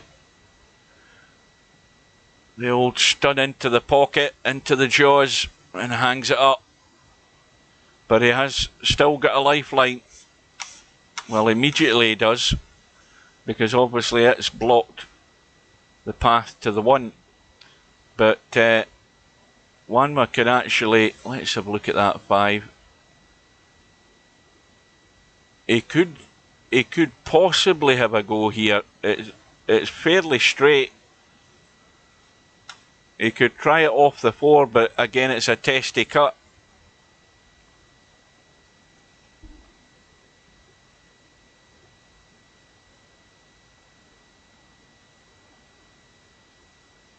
And that's not a bad choice, because that forces Jose into having a go to hit his ball. And Juan was obviously hoping that this just chips the 10 out the way. But Jose should be rolling just right down onto the 10, just to keep it there. I see, that's a major tactical fail there by Jose.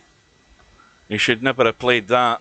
He should have just been rolling down the rail, onto the side rail, and right on top of the 10. Okay, Juan was going to have the 6 ball up top if he wanted that, or the 5 in the side, or 3 in the side, but it still kept his safety net in place. And Jose is not thinking ahead here. He's relying on some charity here from Wanwa, and you can't be doing that. You have to be keeping that ball that's locked up.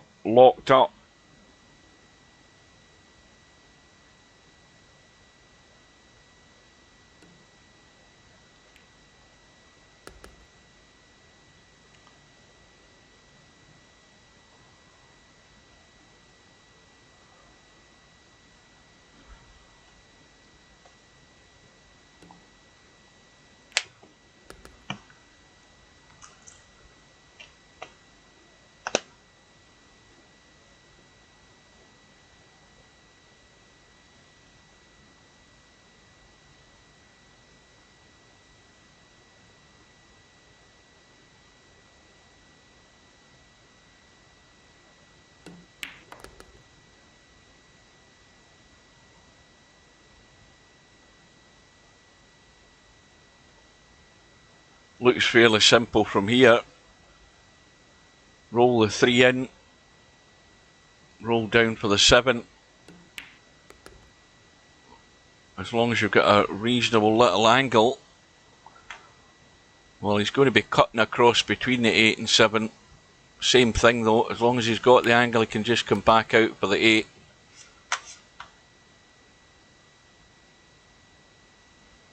But that is the sellout if ever you're going to see one, with a player with just one ball in the table that's blocking his opponent's ball. And what does he do? He hits it with the force that brings it into play, opens up the pocket and sells the rack down the river because of it. Well, he could have been a lot better in this 8 ball, but you never know.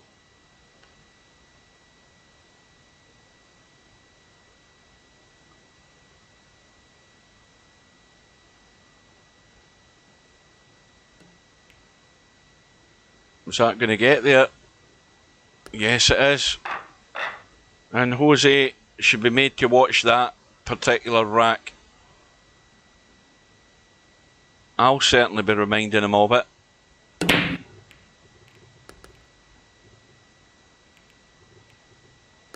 You've got to do your best to keep yourself in the rack, and he didn't.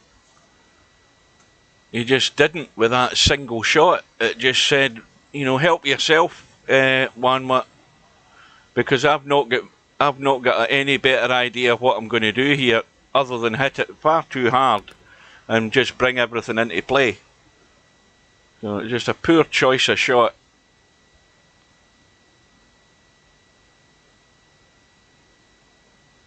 And Jose though can redeem himself immediately, because he's got the most important thing, a ball or balls in the break, and the table is wide open. Christmas come early this rack, and he's underhit that because he wanted up for the 7, and straight away now he's under pressure.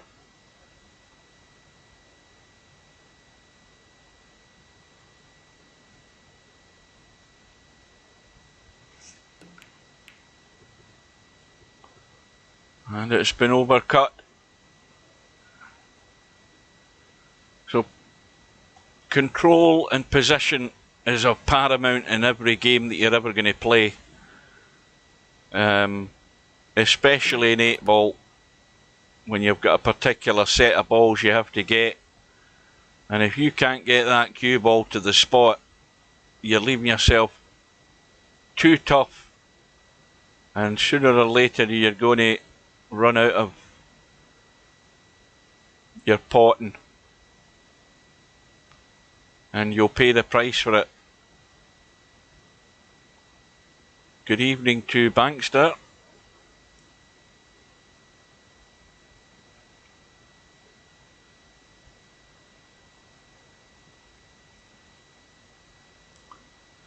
And just think of how good this table was for Jose, but for the one shot again where he ends up square in the 7.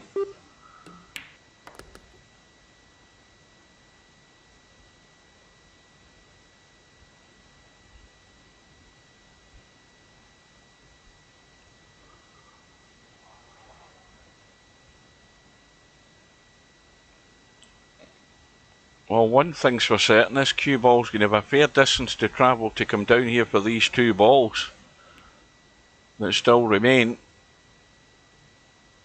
And one was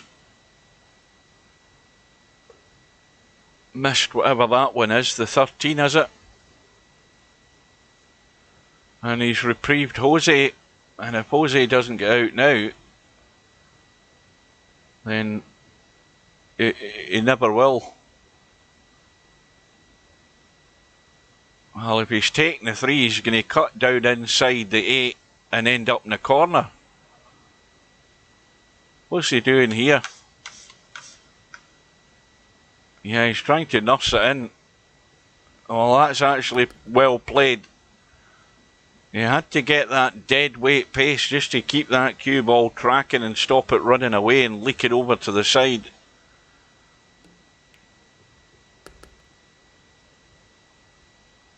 Well, he's been reprieved there.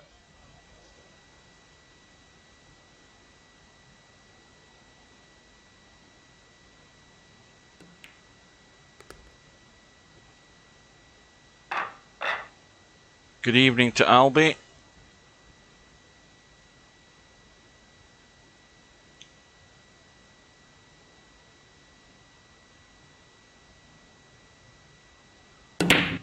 So into rack number 8. One with breaks off. Again, a nice break. The balls are all spreading all over the shot. And he's got a ball.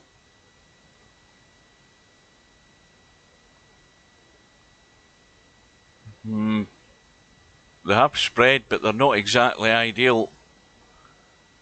Solids, 2 of them locked up. Stripes, top left-hand pocket's blocked. That stripe that's up there by the 4 balls in not a great position. Plus there's a problem with the 8 ball as well, so they broke well, but it's not pretty.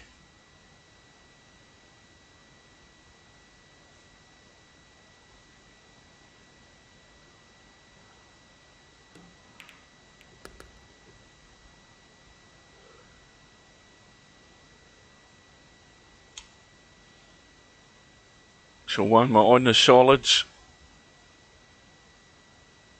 And of course, we have that issue.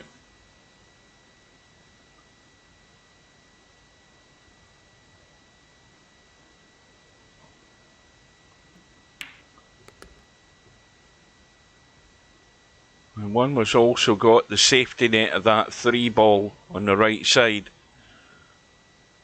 Jose has got a blocking ball up table, so even if Jose gets the table, he's got to get his pattern right to have a chance of pinching this rack. So it's now what's one we're calling here?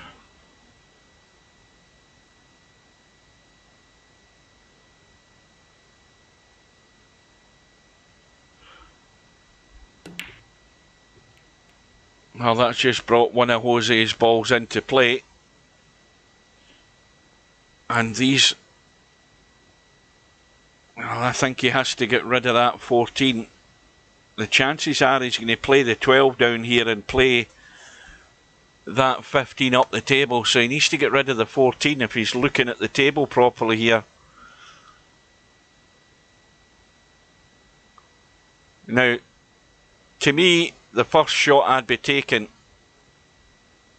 would be that ball there. Get rid of that, back across and get rid of that. And then you can come down here and eventually get that one up the table.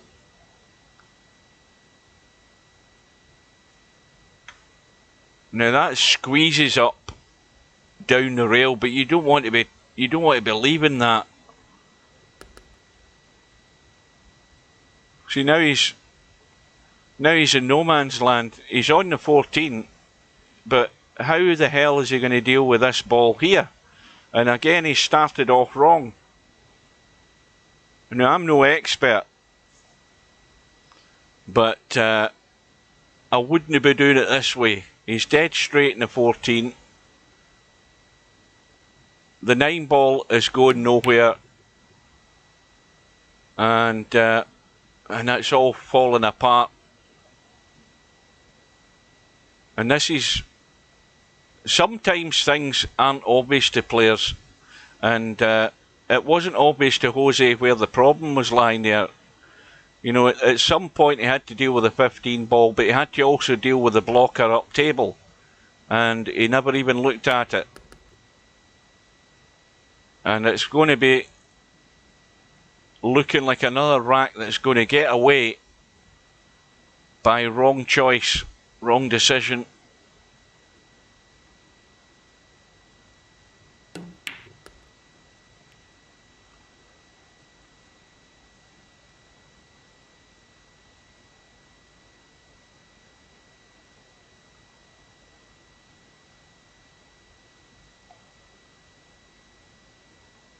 Now, you know what I said about You know, when you come to the table, I've talked about it.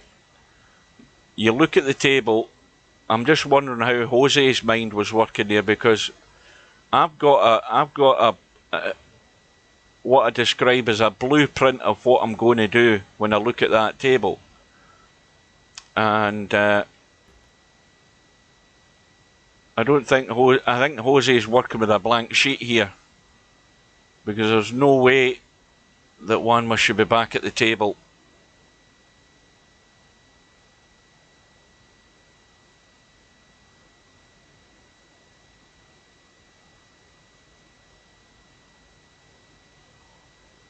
In fact, I don't think he'd left himself enough of that 4-ball, and he is going to get back at the table, and I think he's going to end up getting out of jail in this one as well for a 2-rack lead. But that is just not the way to win. You don't want to be relying on your opponent. You want to be taking the offensive action and getting the job done. And it's untidy at the moment. But once again, I'm going to come to the player's defence in the fact that neither of the two of these guys play regularly on the 10-foot table. It's a new experience coming to this table. I mean, Jose does play the odd game of cowboy now and again, but not often enough.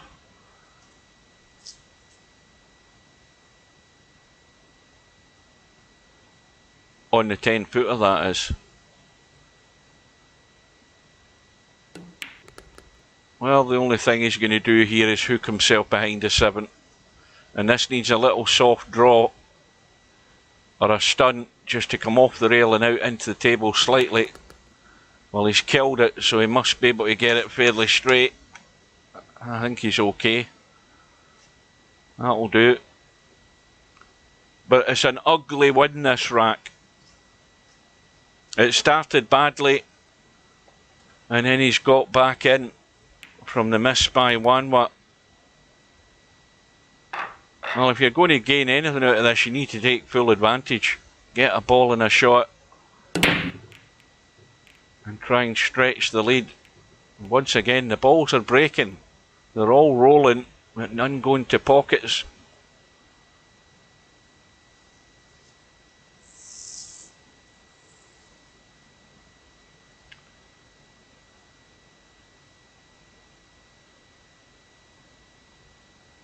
And sometimes I think players are intimidated with the situation as well. You know, looking at the table and having to think about control. It should, for experienced players, be, you know, the experienced players we've seen, Spectre, Dawn and Albinario and the other guys, it's automatic pilot, most of it.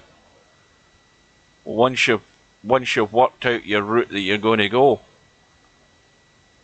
Sometimes you have to take an alternate route, but your main route to start with should be always the one you're going with, unless something comes a cropper and you end up in the wrong place. But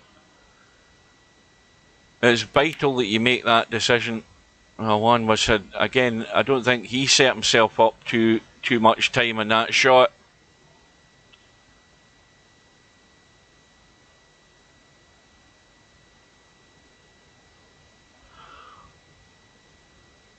And Jose can deal with the 6-ball. And again, let's have a look. You see, again, he could have potted that ball there and played the 6 down the table and got rid of it. It now remains there as a problem ball. And he's got another chance of dealing with it now. He's got a problem with the 6. The 5 can go into the side if you're good in the 1, or it can go up table, but you have to deal with that 6-ball.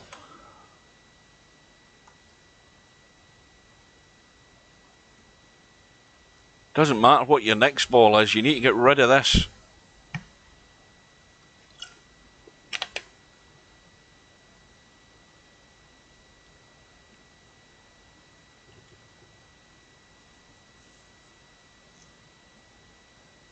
Oh, I've just realised Steve's there. Oh, you'd have been beaten to it anyway, Steve. Hairpig wanted to come in, but it's the match was well underway. I wasn't going to be tabbing out and getting into Discord. You're both barred tonight. Hairpig would have been in here anyway before you. I'm too busy focusing on the game. I've just read the chat and noticed you're there. He's probably gone again anyway.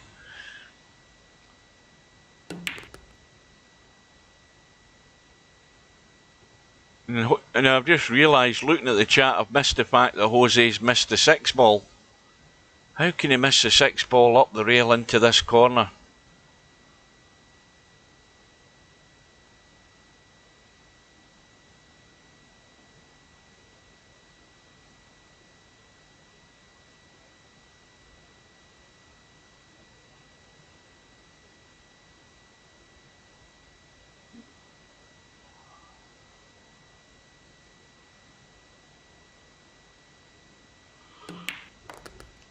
Oh, I'm really tired.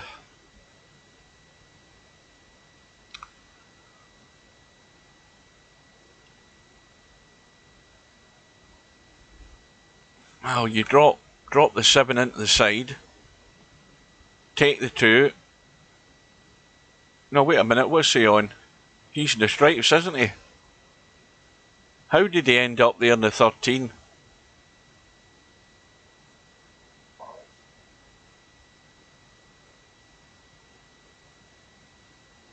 How did he finish there? Again, I should be concentrating on the game rather than looking to see what's going on in the chat. Well, Jose might have won a watch here. He could still end up 6-3 in front.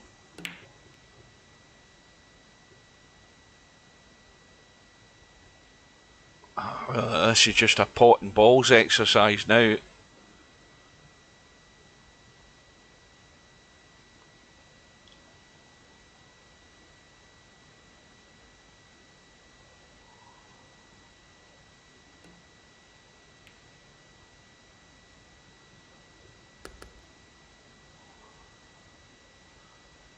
I still don't think he should be leaving this 6-ball as his last ball to come out for the 8-ball. I don't like it. Okay, it's over the pocket, but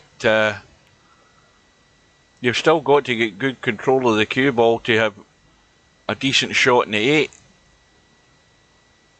It's not a case of the 8 balls in the middle of the table. There shouldn't be a problem. If where the 8-ball is and where the 6-ball is, there could be a problem getting good on the 8.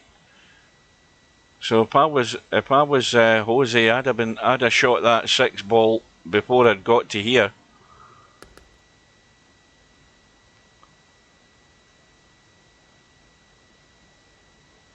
Well, it looks as if it's going to be a 2 up top and then a long 8-ball.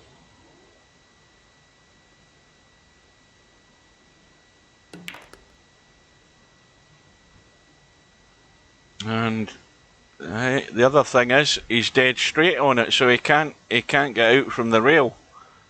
He's going to have to go further up the table with the risk of falling it in again to leave himself a straighter shot in the 8.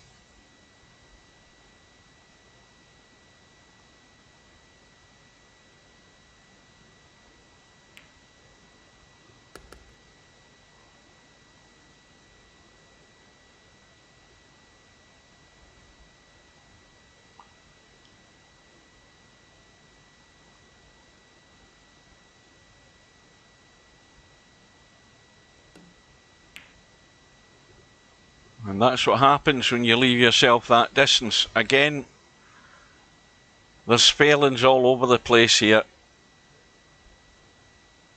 And he should have got rid of that 6-ball a lot earlier. And should never have left himself that distance to the 8-ball. And the only way that happened is because he ended up too straight on the 2-ball.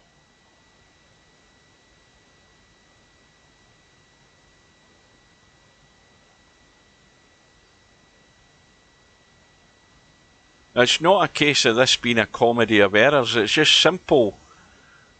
the simple thing of not doing what's most important to start with is having a proper think about where you're going, what comes next, and how you're getting there.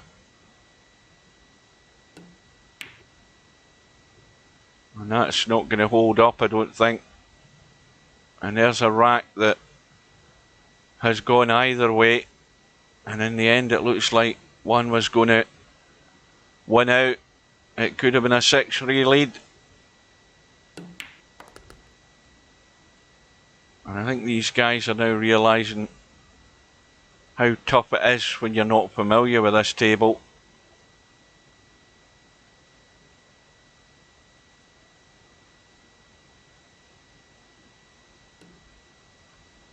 But you don't have to be familiar with the table to make the right shot choices. That's the one thing that they can't be defended on.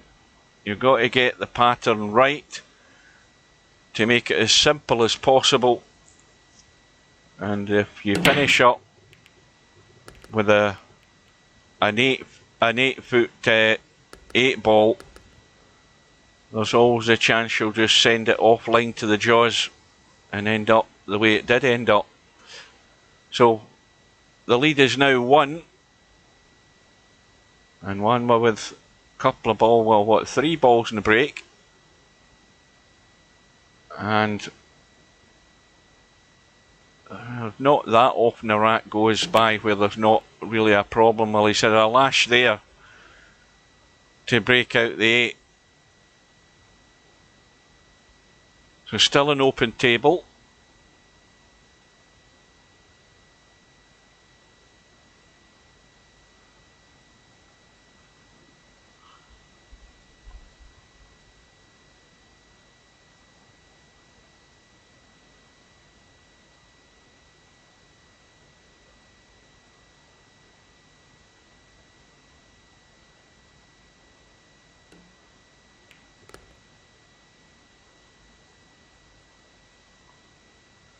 And now Jose on the stripes. Immediately deal with the one in the middle and get rid of one of those two there.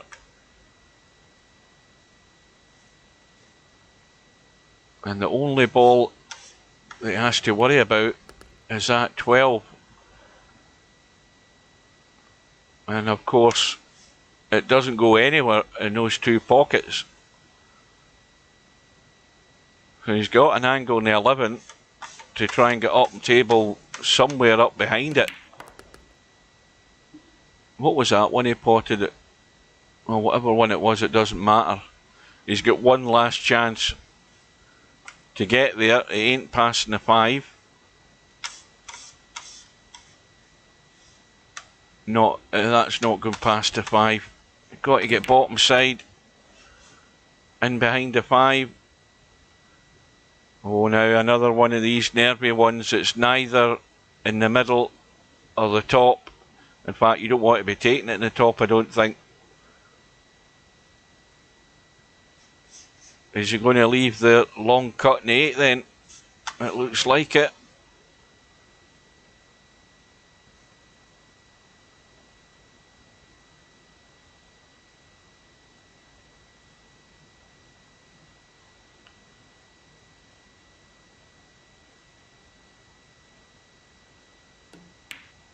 Oh, it's the country mile away there.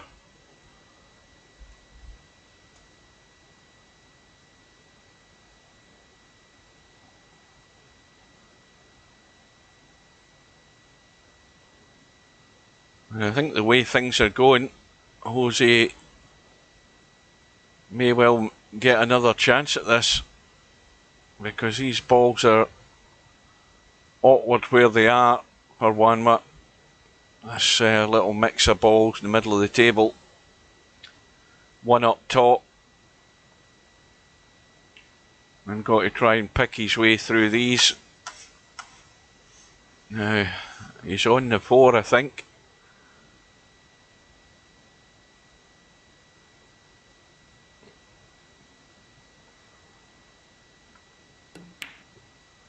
But looking to play the lock-up. the right thing to do. Thing is, though, the balls were there to be taken, and he's refused it.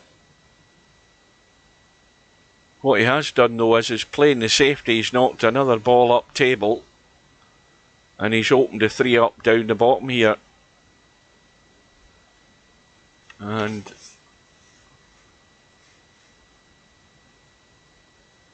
well, there's no problem with those balls up there where they are, and it's handy having them near the 8.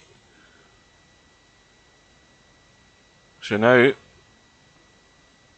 Wanma's got another opportunity. This will tell you how confident he is in actually getting the job done here. He might try and hide in behind the 8 again here. So he's got no confidence that he's going to try and run this table. And that's two chances he's had. He's refused it. And he's still got the same amount of balls on the table, so whenever he's coming to the table, they're still there.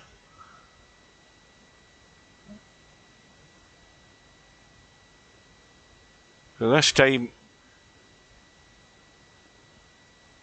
he may well have the foul. And of course, there's no 3 fouls in this game, and he hasn't done, because Jose's got the shot and got a rail, and now Jose's asking a question. Come on, all the balls are there, it's up to you to take them out. And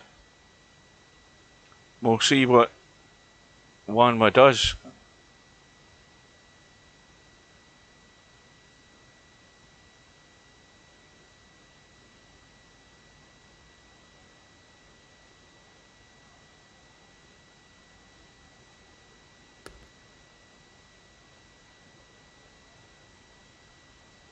Well, got to take these 2, take the 4, come out behind the 7, take the 7, take the 3, and roll the 1 in.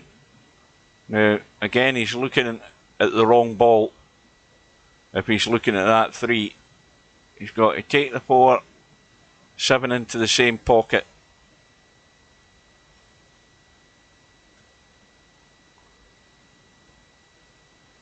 There's no 3 fouls in this game, as far as I remember reading the tournament info.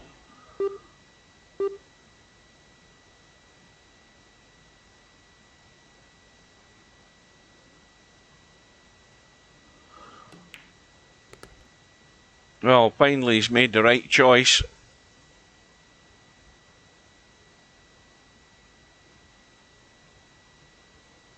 Because all you're doing then is either killing the cue ball, pushing that 3 in, and just rolling through for his last ball.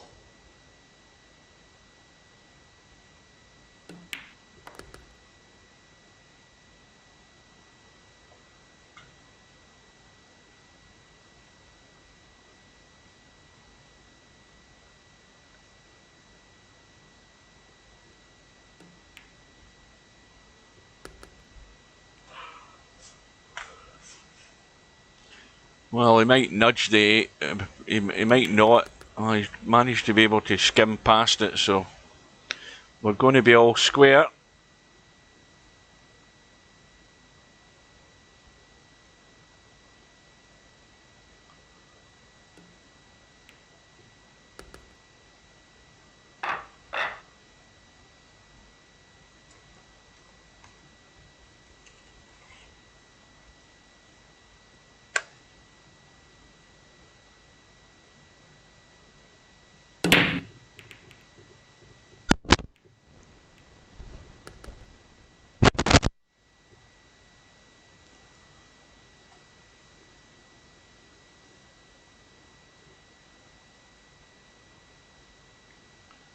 Yeah, this isn't going to be over any time soon.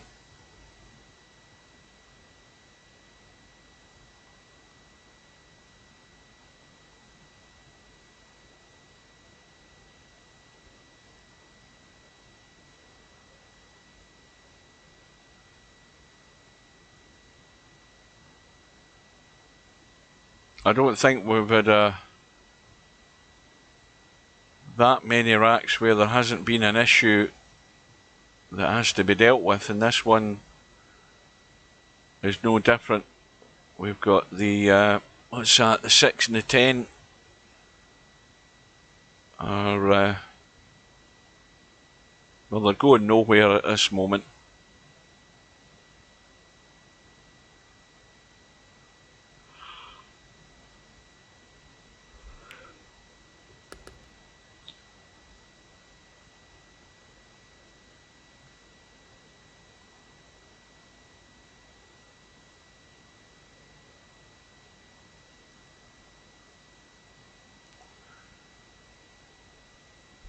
The only thing to my advantage tonight is that I don't start at 6 tomorrow, I start at 8 tomorrow. So even if I go to bed at midnight, I've still got 6 hours sleep or thereabouts before I need to get up. But I'd much rather have 8 hours sleep, to be honest with you. I need it.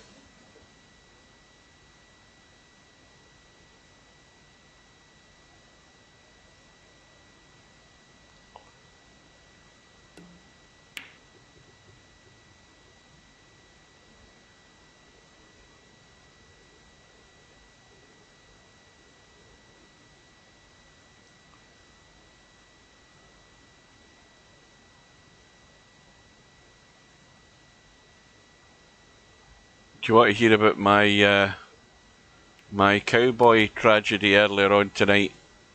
I was playing Tam. I won the lag. I broke off, and I don't think, maybe it wasn't at the start, but I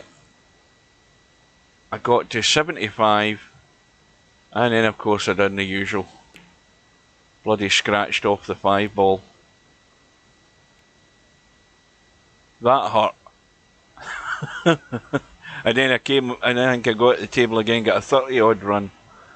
But no, that 75 was painful.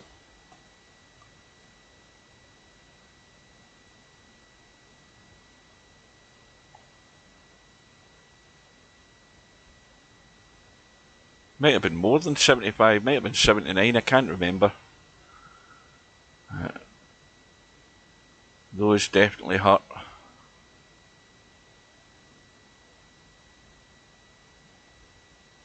So we're at 5 racks all. And we're in no better position to see who's going to win this rack as long as that pair of balls stays where they are.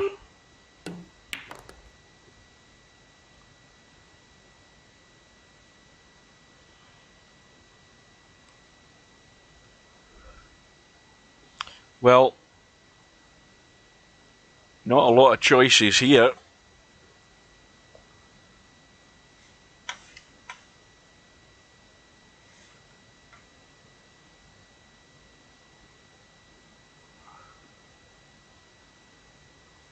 He's going to end up the table if he pots the 3, and he's going to have no shot.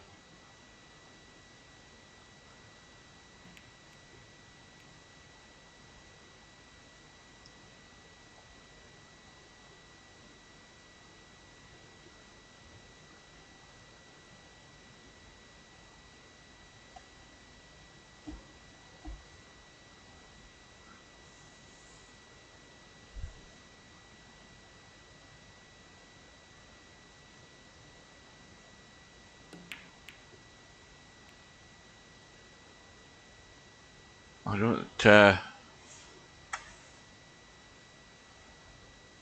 don't think that's...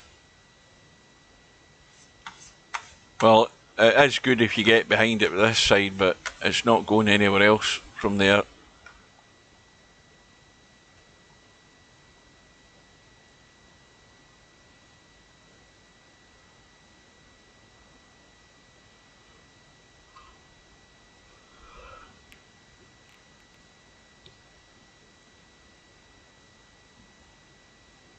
Oh, this could take a good hour, this rack.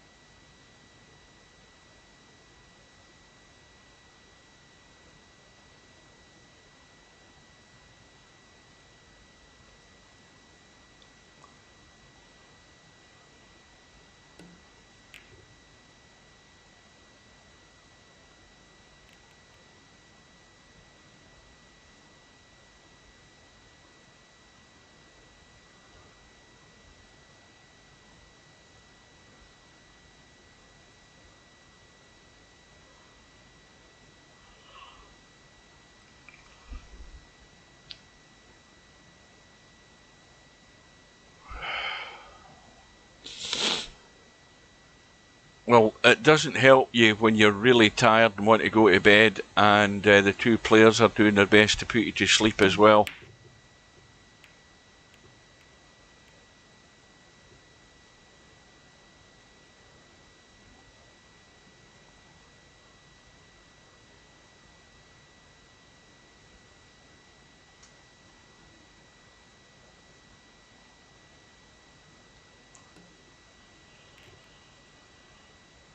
Oh, Steve's back. So we haven't had a chance to grill you on your performance in your match, Steve.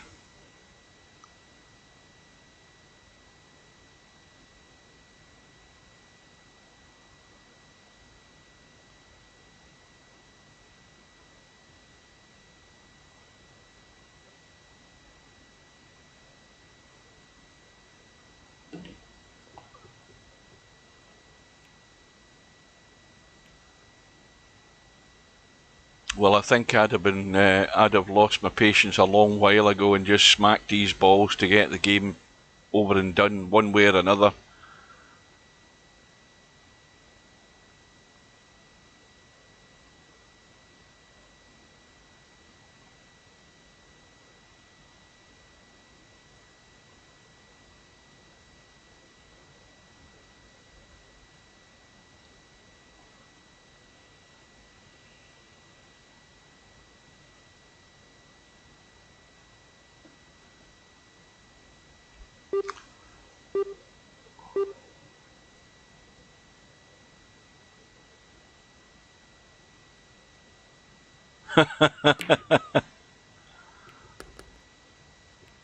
Oh, he definitely suffered.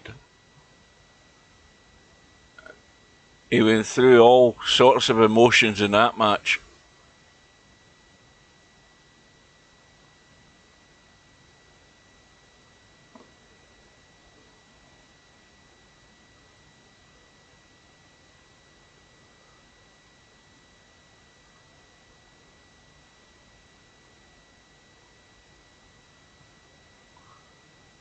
Well, I don't think that's the adjective that Steve would use. I don't think enjoy comes into the experience.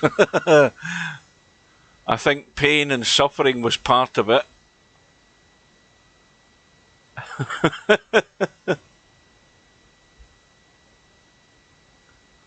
Yeah, it was like drawing teeth, so it was. I had to sit and watch it, remember. So now we've got the table where I want it. We've got it open, and Jose has the chance to get himself back into the lead.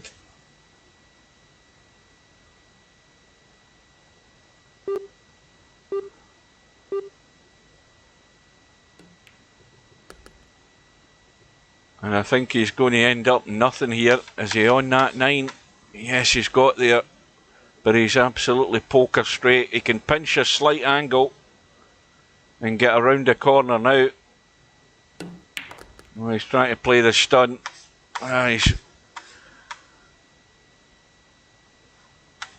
He's got to get up the table, back down the table, bottom side for the 8 into the side. And I think he's okay to miss the traffic, or is he? And the answer to that is no, he isn't.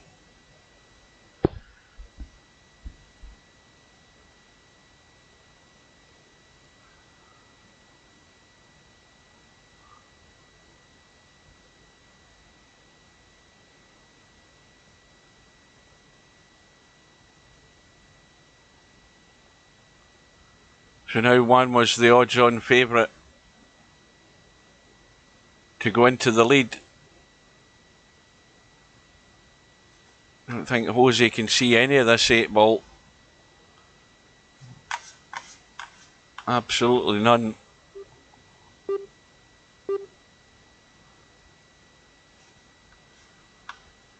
I think it'd be far better just kicking it from the long rail on the side there and giving it a smack, calling a pocket.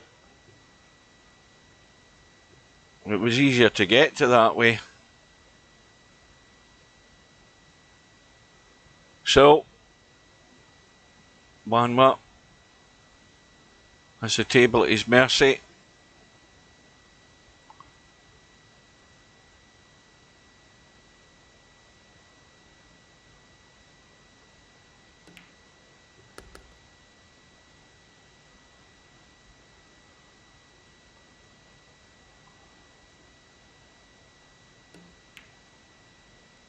That's what I meant to ask you, Steve, now that you're here. Keith, that's been having the problems with VP4 running on his PC, a new PC, does Windows, now bear in mind I haven't that much of a clue as to what Windows actually installs when it installs in the PC. Am I right in saying that VP4 needs DirectX 9 in your PC to run? And if so, Keith's new install of Windows wouldn't have DirectX 9. Has that got anything to do with it?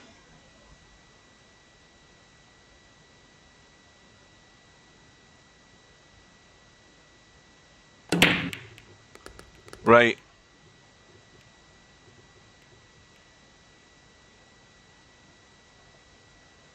He said the other day that when he installed other games, the other games install DirectX, and then when he once he's finished the other game and he tries to run VP4, he said it runs in full screen, but then after that it doesn't.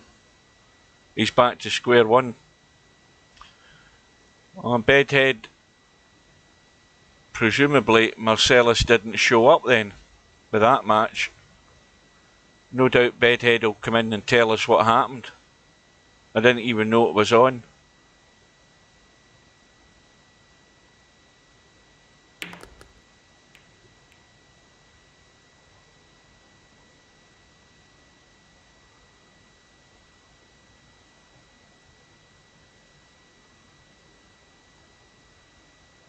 He didn't show up. Oh well. He bottled out.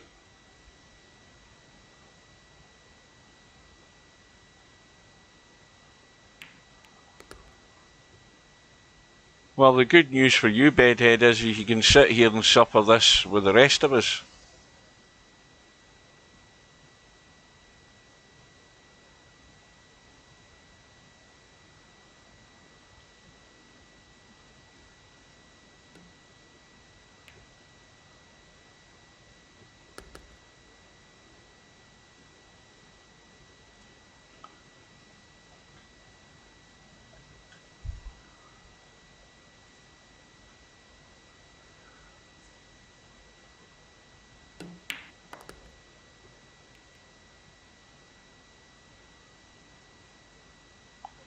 Well, again, one must get the big issue of getting to the 8 ball from where he is right now. Let's have a look at what he's got. Well, he's got a slight angle, but he needs to avoid hooking himself. Well, this is a Bedhead cut if ever I've seen one. This is a tall order from that distance, but he's played it well.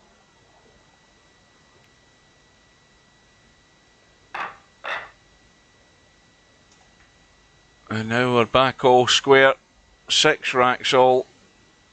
We're just halfway home. We could have another 90 minutes of this. When did this match start again? 9 o'clock. Started at 9 o'clock. It's already an hour and a half old, and we're just halfway through the bloody thing.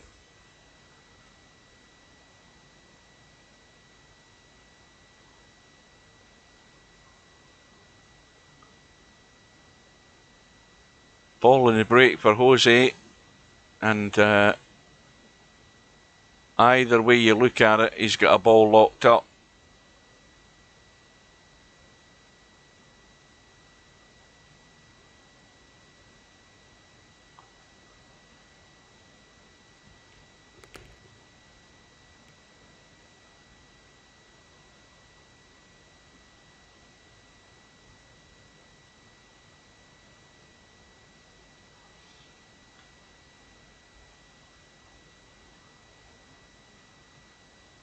Yeah, apparently my top of the range PC that I've got when I bought it at the time is no good for Windows 11, according to Bill Gates.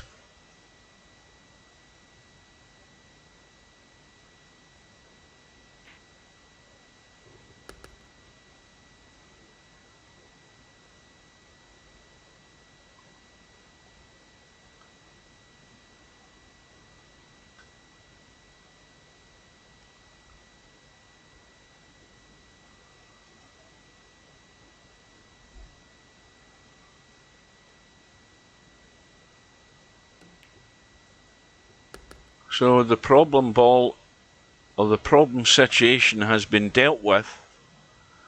The next problem for Jose is the 15 ball, which he can come down towards the 8 ball off this. Is that the pink 12? Well, he's looking at playing a delicate one here if he's doing this. He's trying to just drop the 11 in, come into the gap with the 2 and 3, and play the 15 up table. Now, how do you deal with the 8 ball though?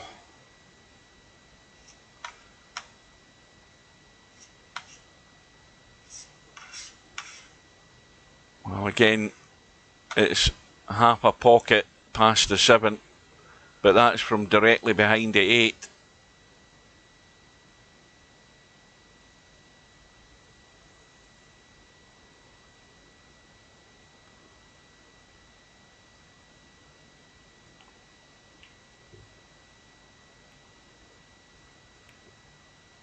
And in trying to get some sort of position on the 8, he misses the 15, but it's come to his rescue.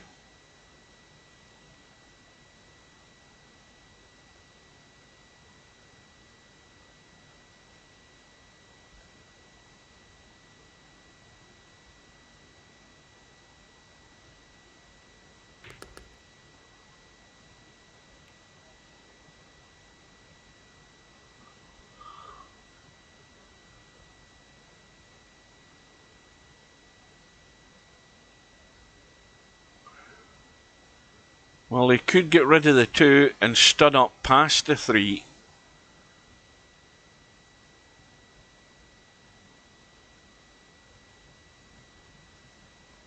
Or he could... Well, I don't think he might fancy the angle in the 1.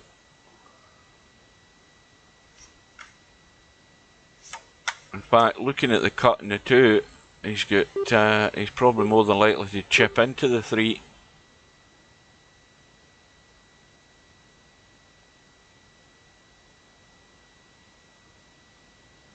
Right. He's called the bank. No, he didn't call the bank.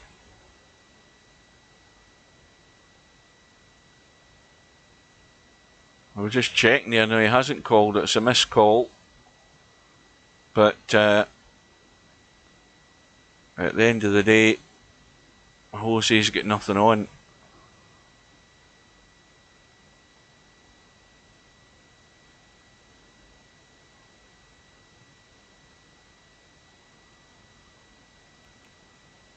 I think that was a foul. And now, of course, he's opened the pocket. And again, tactically, Jose could have just played a foul there and left it locked up and forced Wanma into doing something. And all he's done is played into his hands and opened up the pocket. Well, at least for the 7, that is. I don't know whether the 6 goes past the 15. It looks far too tight, but...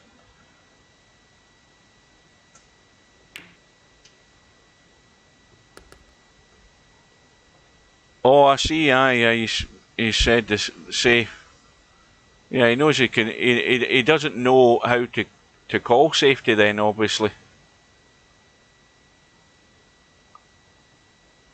But is the game rules in this not that by default 3 fouls is off anyway? I don't think 3 fouls is part of the rules of this game, Slim. I don't think the 3 fouls is off by choice. I think it's off by the rules of the game, is it not?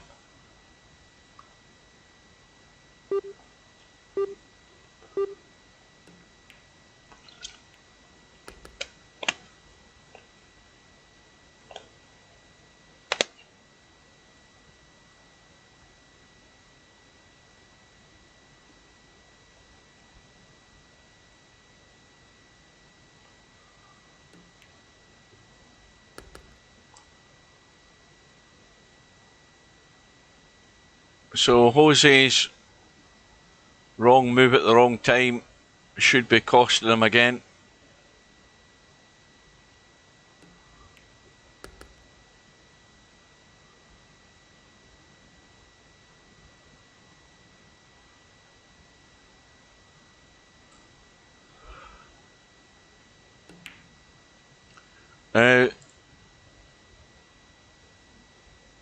No sooner have I opened my mouth, but one was managed to find a way to miss the 6.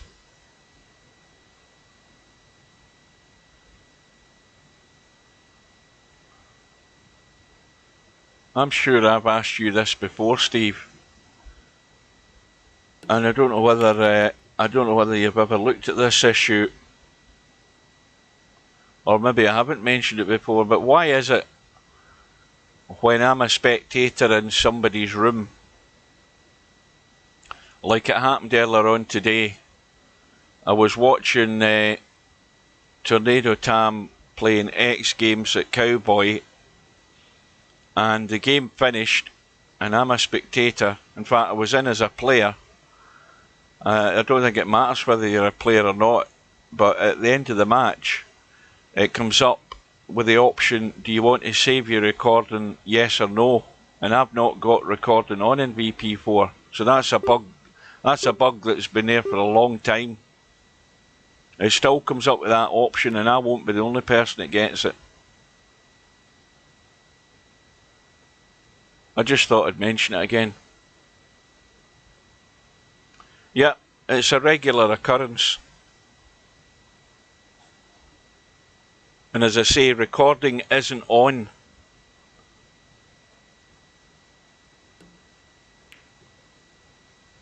No, I've never had recording on, because I'm sure. Did you not have it that it automatically started recording games when we first had VP4 and that? And I said I don't want it on all the time, and now you have to physically make the choice to record, I think. But anyway, it doesn't matter. It's still a bug.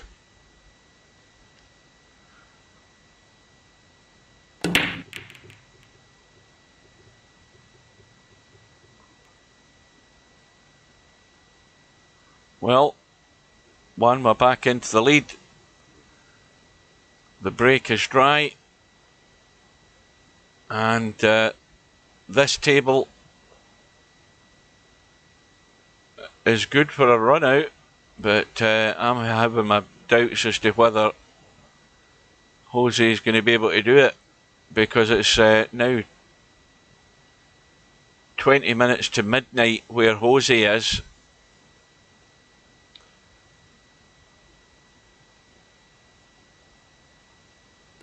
I'm sure loads of players have seen it. Yeah, well, see, Bedhead, you don't spend much time in room spectating, watching a game. No, I can guarantee it. Listen, any time you want to see a video of it, I'll get a video of it, no problem.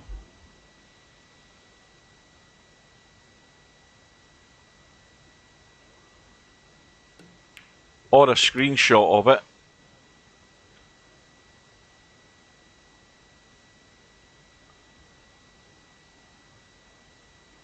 Well, you see, that way you've probably been watching more games. I tend to see it a fair bit, because a lot of times I'm in a Cowboy room waiting to get a game.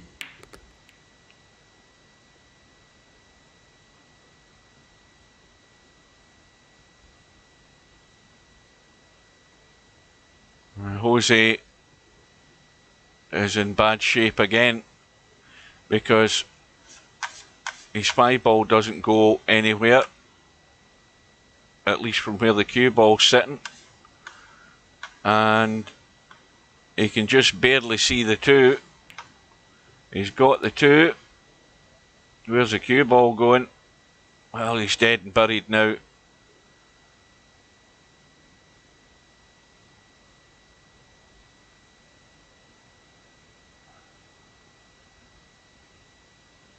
Well, this is a hit and hope here just to try and pot the 5, but he's having to run the cue ball to try and get anywhere near the 4.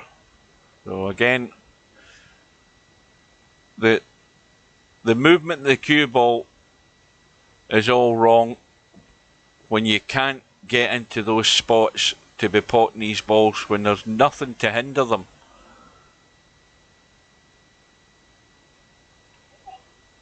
And this again is where you get found out. You know, especially when the table's open and all your balls are there with pockets available. If you can't get there to get it done, then you very quickly should realise where the problem is in your game. In the pattern that you're playing and your control of the cue ball, if that's lacking, you very often is why your visits end up curtailed and you don't get the job done.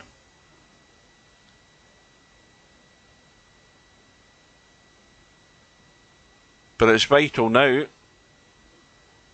for Wanwa to capitalise on the situation if he can and inflict more pain on Jose.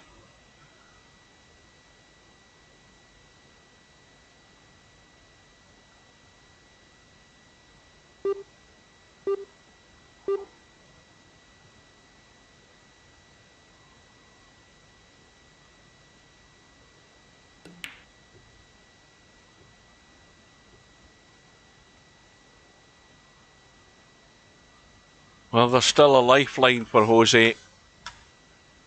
The 14 ball locked up with a 5.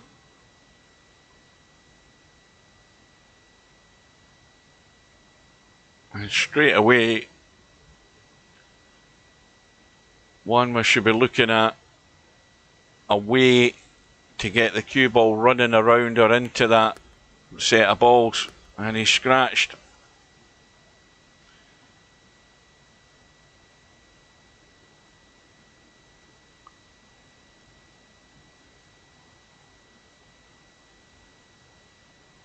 So Jose, with ball in hand, can he get to that 5 clean? Yes, he can. Well, now I don't like this because he's got ball in hand to get right on that 5. Now he's running forward to get on the 5. And it could easily go pear-shaped. Well, he's managed to get there. The problem with this, though, is he's got to get back and good in the 8. And he's going to chip into the 14. You just don't want to be running into balls. Now, was that legal? Yes, it was. And I tell you, some of these guys see ways out totally different from the way I see them. Talking about making your life difficult.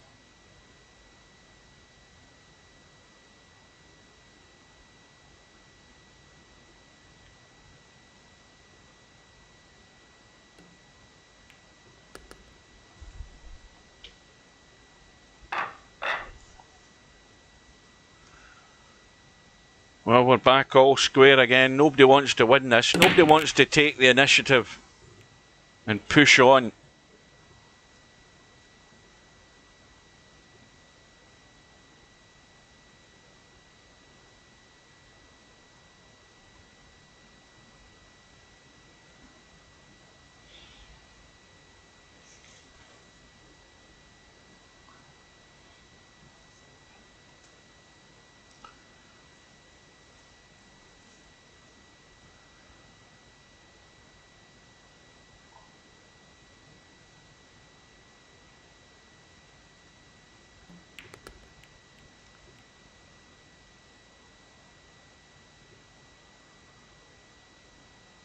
So solids for warm up, and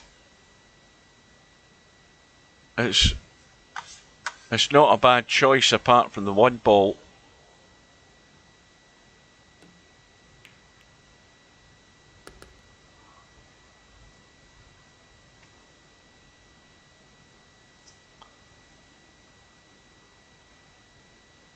He's left one of these testy cuts again. Cue balls running across table. No real idea where it's going to finish or what it's going to hit. Well, it could finish almost dead like that. With an extremely difficult pot into the side, just trying to pick that angle, he's pretty much on it. And he's got it. And now, as long as he gets nice on this 3, he can just drop through and around the corner for the 1 in the opposite corner pocket. Well, that should be the plan.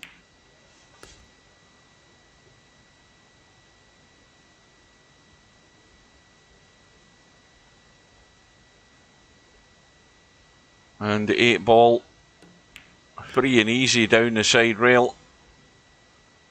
Again, he's gone too far.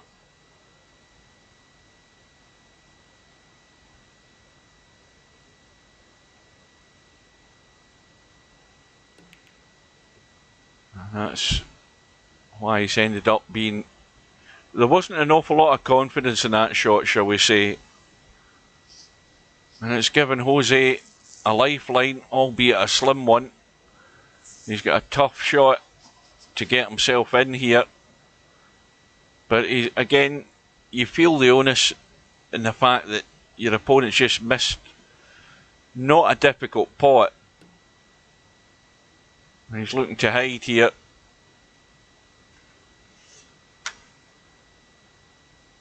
Waiting a better opportunity. Problem still is at 9 and 11. They're not set, but obviously no problem if you were ever on the short side, but it's unlikely that that's going to happen.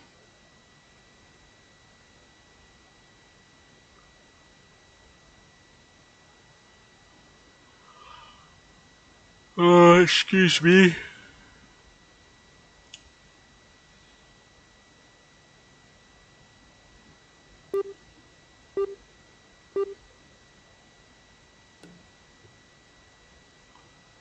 That looks, well, I thought that was just going to chip in there. It wasn't a bad effort.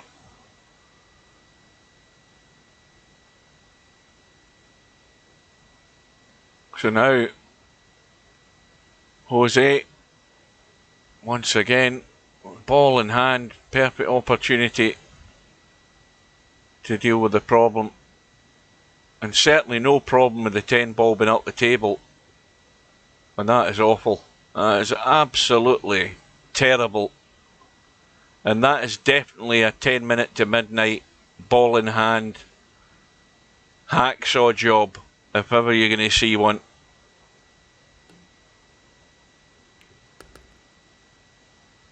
Totally unforgivable with ball in hand.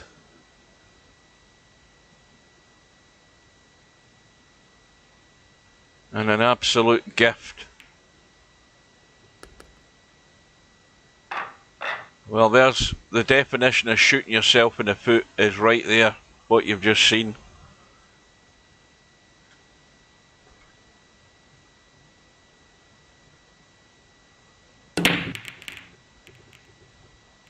Well, I think that's the problem for some of these guys, though, Slim. The problem with these guys is they've got loads of different options, and it's too much to compute for these guys. I think that's the problem. You know, when it's 9 ball, you've got 9 balls on the table and you know what one you're going for. These guys, you know, they're mesmerised by the choices available, and being able to commit themselves and have a plan seems to be where they're struggling.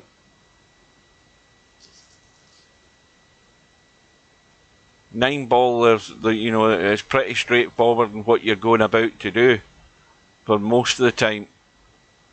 But when you've got 15 balls on the table and you've got to make a critical choice, and then more than that, you've got to back it up by finding your way through the traffic, sometimes it's a big ask.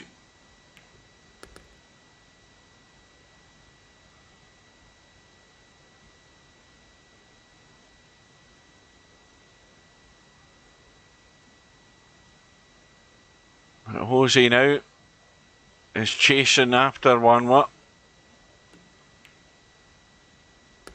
and has got to do his best to redeem himself from that catastrophe in the last rack.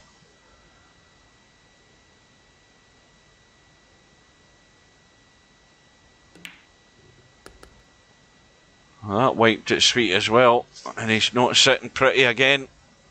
Again, just not going through the shot. You've got to go through with the stroke to get a hold of that cue ball and control it. You've got to play it with a bit more confidence than that.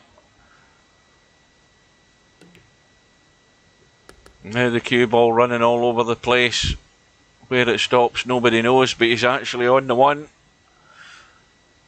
And now, you see, let's have a look at this shot.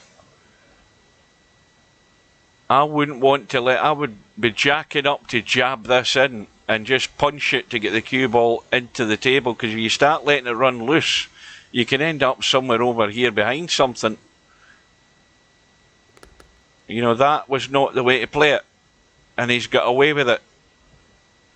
You see, you've got to see these possibilities and take evasive action. He didn't, but he got away with it. But it wasn't the right way to play it, I'll tell you. But he has got it back on par. And Jose's break gives him the 5 ball, I think. I think it was a 5. Yeah, that's a 3 down there. So now what's the shot choice?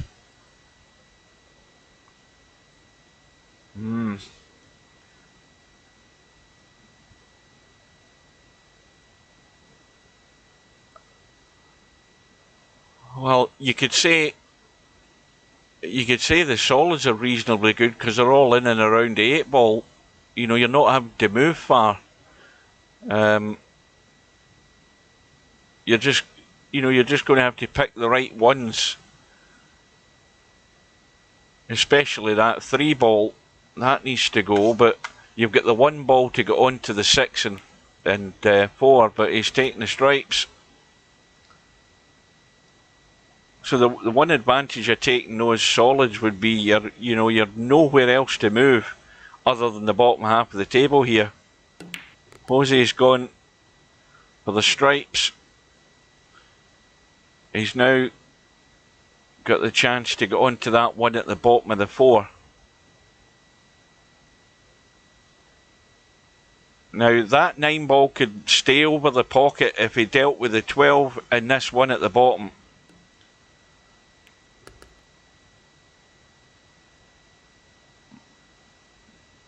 And already I don't like the way he's doing this.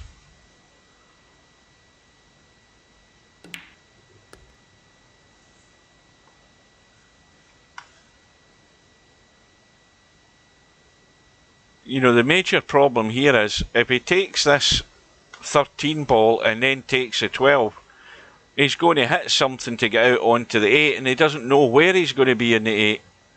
And the 8 is limited as to where it's going. He should have dealt with this ball at the back of the 4 much, much sooner, in my opinion. Because this is the way it's going to pan out. He's going to take this one here, and he has to find a way to get out. But where is he playing the 8 ball? I don't think he's really got a great deal of idea where this is going to end up. Now he's looking at taking the 12 first.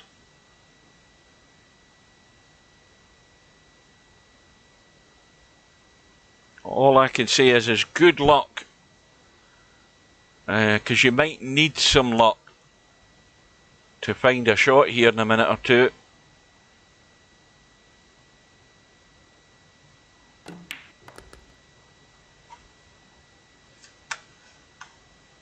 Now, let's have a look. Well, if he just dinks it where he is, he can cut the 8 into the side. And he's got there.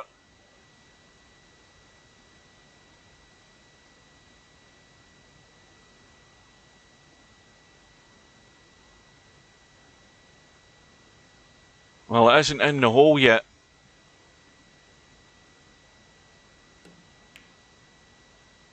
Oh, he's used all of the pocket, but it's gone in, and he's back in front. But let's just say none of this is very convincing. But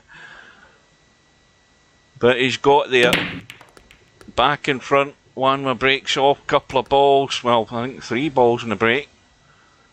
Now, was the cue ball one of them? It was. Well, here's a big bonus.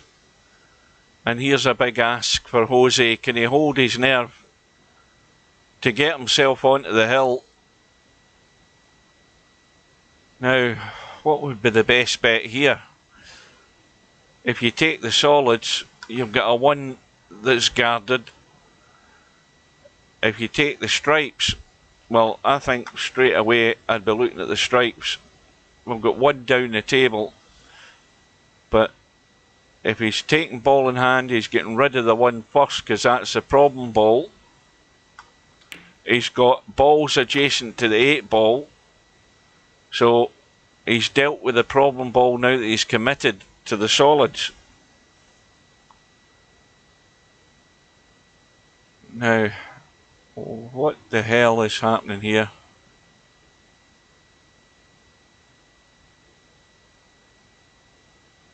What's happening here? What's Wanma saying? What have I missed? Something's happened here. Was it ball in hand in the kitchen that Jose had? Is that what it was? That's maybe what I've missed. He's took the 1. I've just realised that. Was that what's happened? Right, because that's the 9 ball that's up the table, isn't it? He's taking the 1 ball with ball in hand in the kitchen, which was a scratch in the break, wasn't it? You get ball in hand in the kitchen, and Jose's potted the 1. I've forgotten all about it, and that's what's happened. He's played out the kitchen.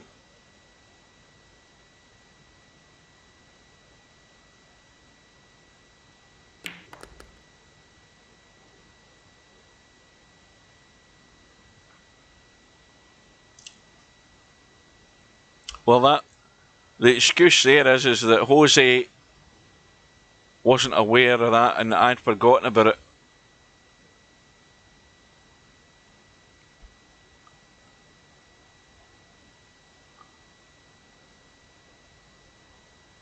Wanma still doesn't know what's happened.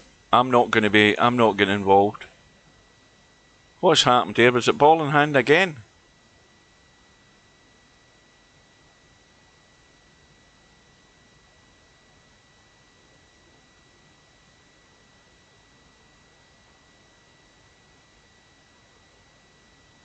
Well, the 2 of them are confused, and I'm getting even more confused.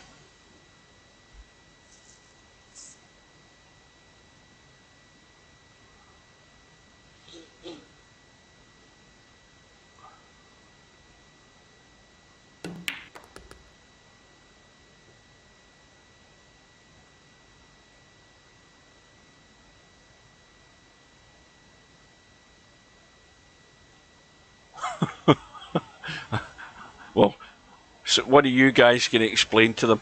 I'm not doing anything. I'm staying well out of it.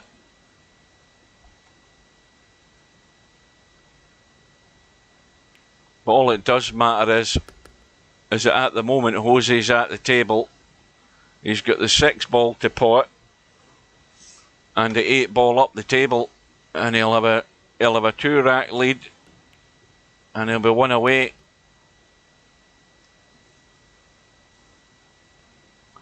Yeah, anybody that's going to get the time can explain to the 2 of them after the match is over what was going on.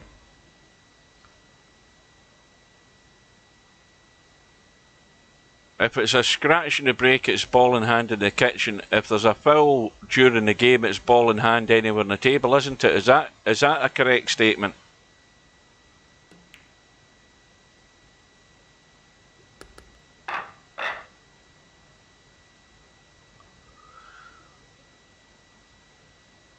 Anyway, that's done and dusted and finished with. It's now 10-8 to Jose with the break, and I didn't hear anything go down. Or wait a minute. Oh, I think the 11 tried its best. But it is dry. And now, of course, Wanwa at the point of no return.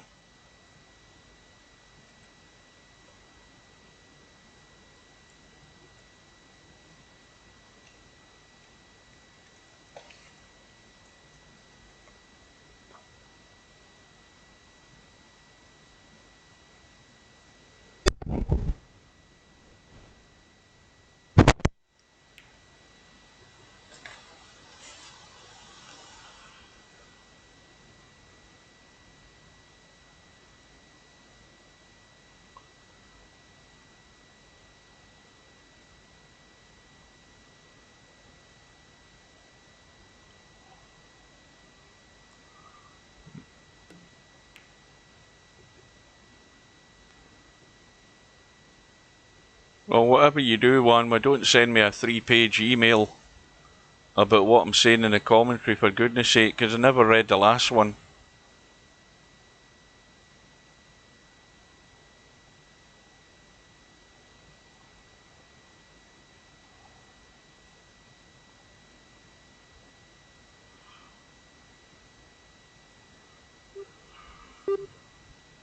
So we've still got an open table.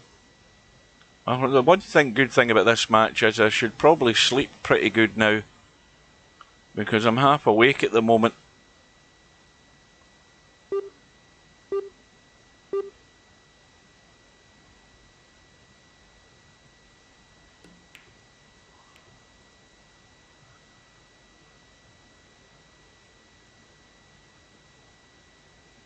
No problem, we are here for fun. I tell you, there's no such thing as fun when you're playing in a tournament. Anybody that comes out and says that was fun, they're usually on the loser's side.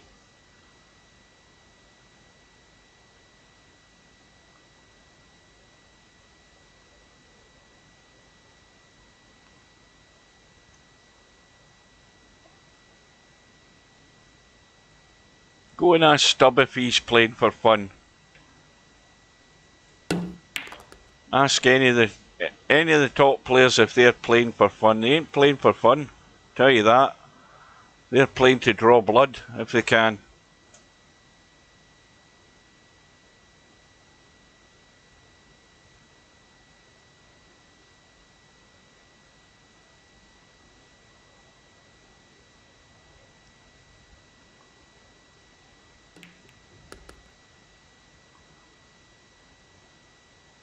You're playing to inflict damage and pain and suffering. So you are, or at least that's what you should have in mind.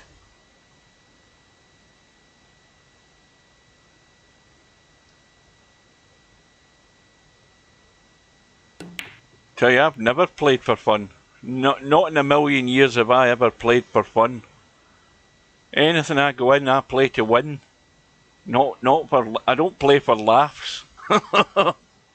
I don't get many laughs. Let's just say that.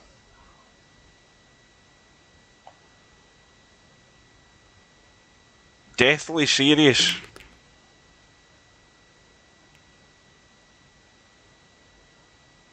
I've never heard Earl Strickland saying he played for fun. Not when there's like maybe 30 grand on the table.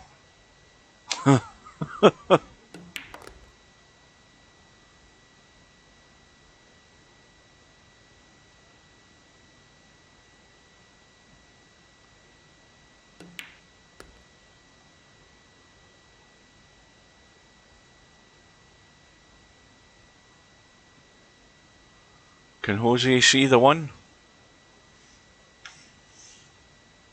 Yes, he can.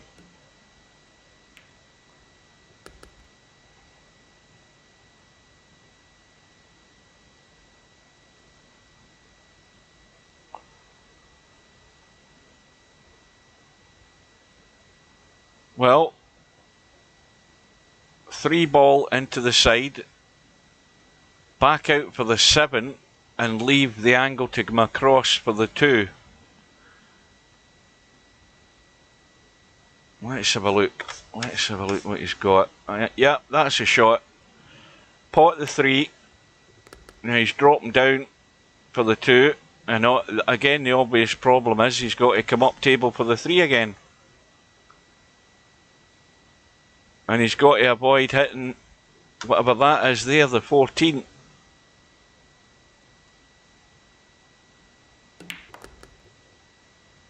And he's got to avoid running into the 3 and pushing it to a block pocket. Again, this isn't with hindsight. He's played that wrong to start with.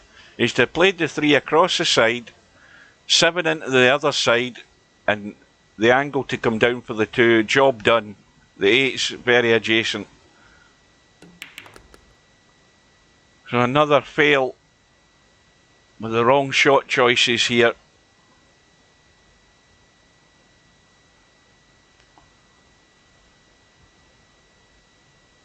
And there was no reason whatsoever not to be taking that 3 into the side, coming back out for the 7 into the opposite side, with the angle for the 7 to come down for the 2. It was not difficult, but why he didn't see that, I don't know. There's some sort of pattern blindness that some players have. And Wanwa has a chance to get back within 1. And that was thrown away by Jose. No other words for it.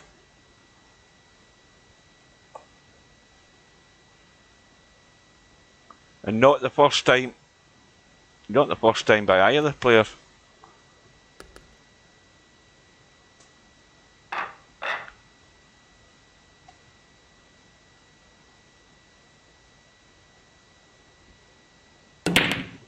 On was break. I heard something go down. Oh, the cue ball's gone again. Now this time, Jose should be switched on to the fact that he can't play that ball on the side rail there up top.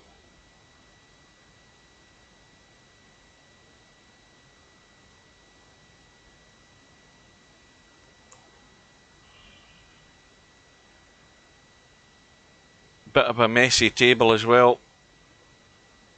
We've got problems in a couple of locations.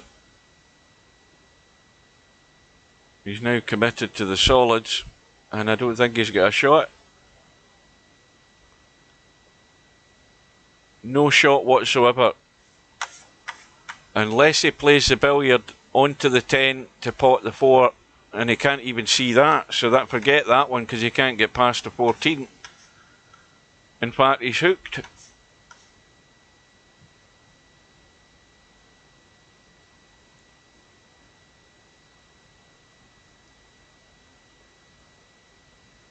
Well, one thing's for sure. I mean, we've seen matches with that'll be a missed call. I don't think he didn't call the 4, did he? Yeah, we've seen how difficult it is.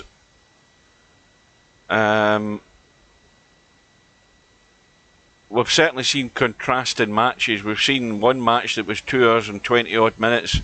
We've seen Steve's match, which was I think 2 hours and something, or not far off it. And we've seen more flowing matches with players who are moving the ball better. You can see how tough it is for the lower ranked players, where they're struggling not only to pick the right shot choices, but in moving that cue ball, and it's all of a sudden the game is so much more difficult. And combine that with the 10-footer, you know, they're really being found out again.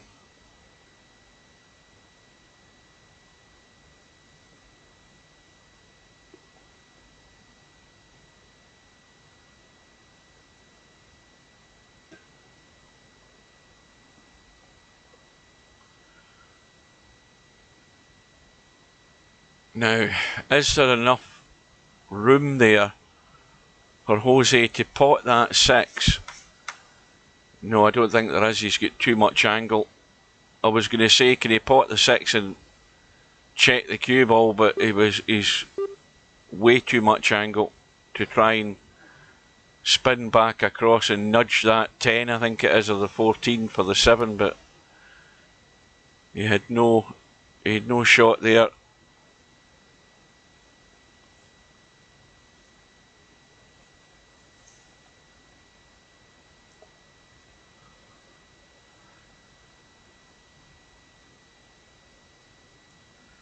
Well, he could just...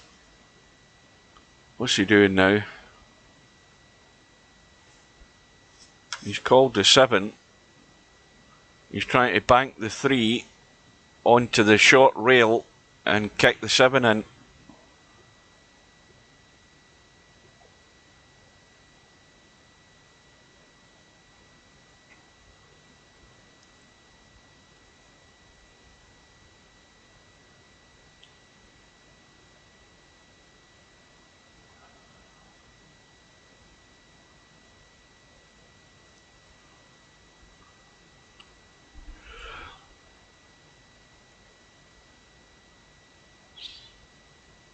Well, I think the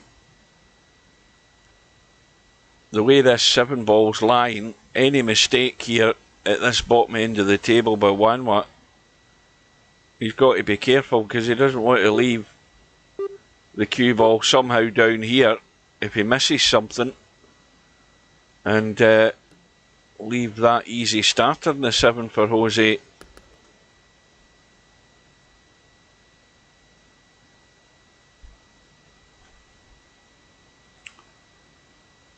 Now the 9 ball goes up table past the 3, but that pink 12 will squeeze past the 8.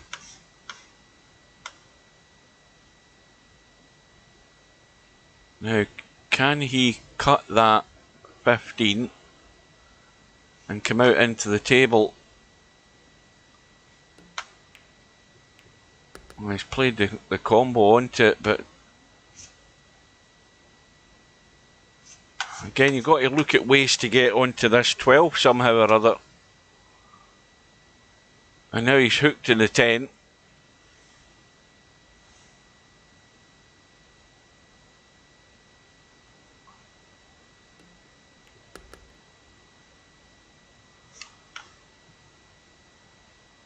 Well, now he's not going to have a better chance to get on that 12. He's got to take the 10 and deal with the 12 now. And now he's going round the houses first of all. Well, again, I don't like this. He's now trying to punch the 9 in and just hold for the 12, which he's done.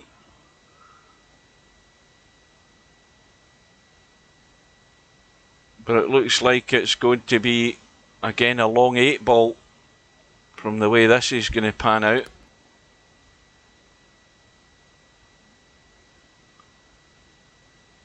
But it's looking even more likely we're going all the way.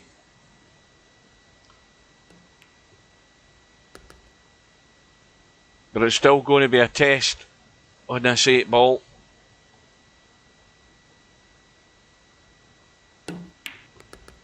Oh dear, what's he trying to do? Well, he still got it, but that could have really went bad.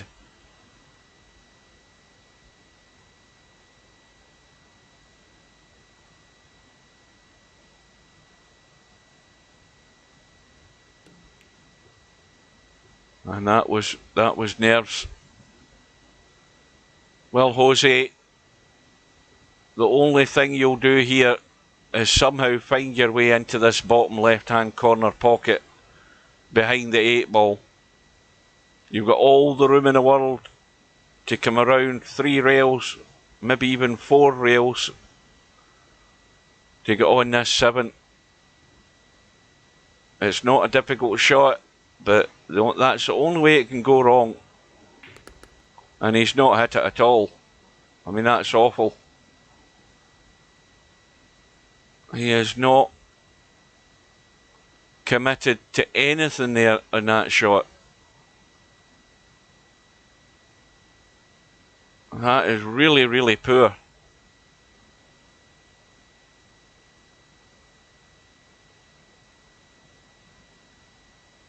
So, he's got to call the bank.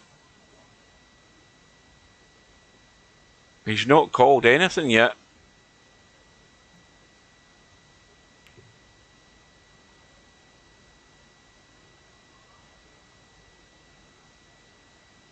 Let's have a look. Oh, that's got to be mighty, mighty thin with a lot of pace if you're ever going to even think of cutting that in.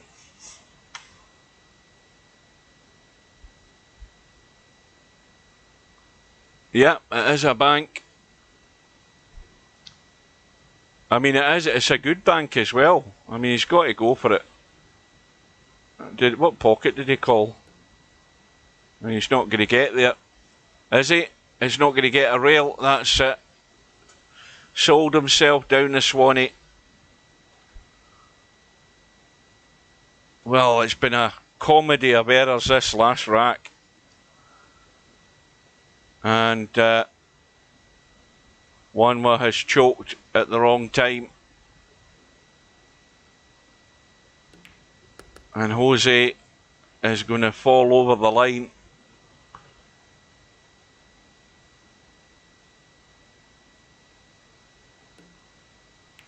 So it's a win in the end for Jose by 11 racks to 9, but my goodness me, these two players, they're still in the tournament obviously, but they need to go to the practice table and make it the 10-footer to find their feet, because that match was 2 hours and 18 minutes. So it was, and we've had other matches finishing an hour and a half. So that's how tough and how much the the match can be extended when it goes all the way and players missing all over the place. But anyway, Jose won't care. He's through, which is what matters. Is it worthwhile looking at the bracket? Well, we've got legit Matthew to play Shibo. That's still in a few days' time. We've got Albinario through. He's got a little while to wait now. We've got semi-pro struggling to get a game with this guy Simon. That'll probably end up in a forfeit, because tomorrow night's the deadline, isn't it? 7:30 tomorrow night.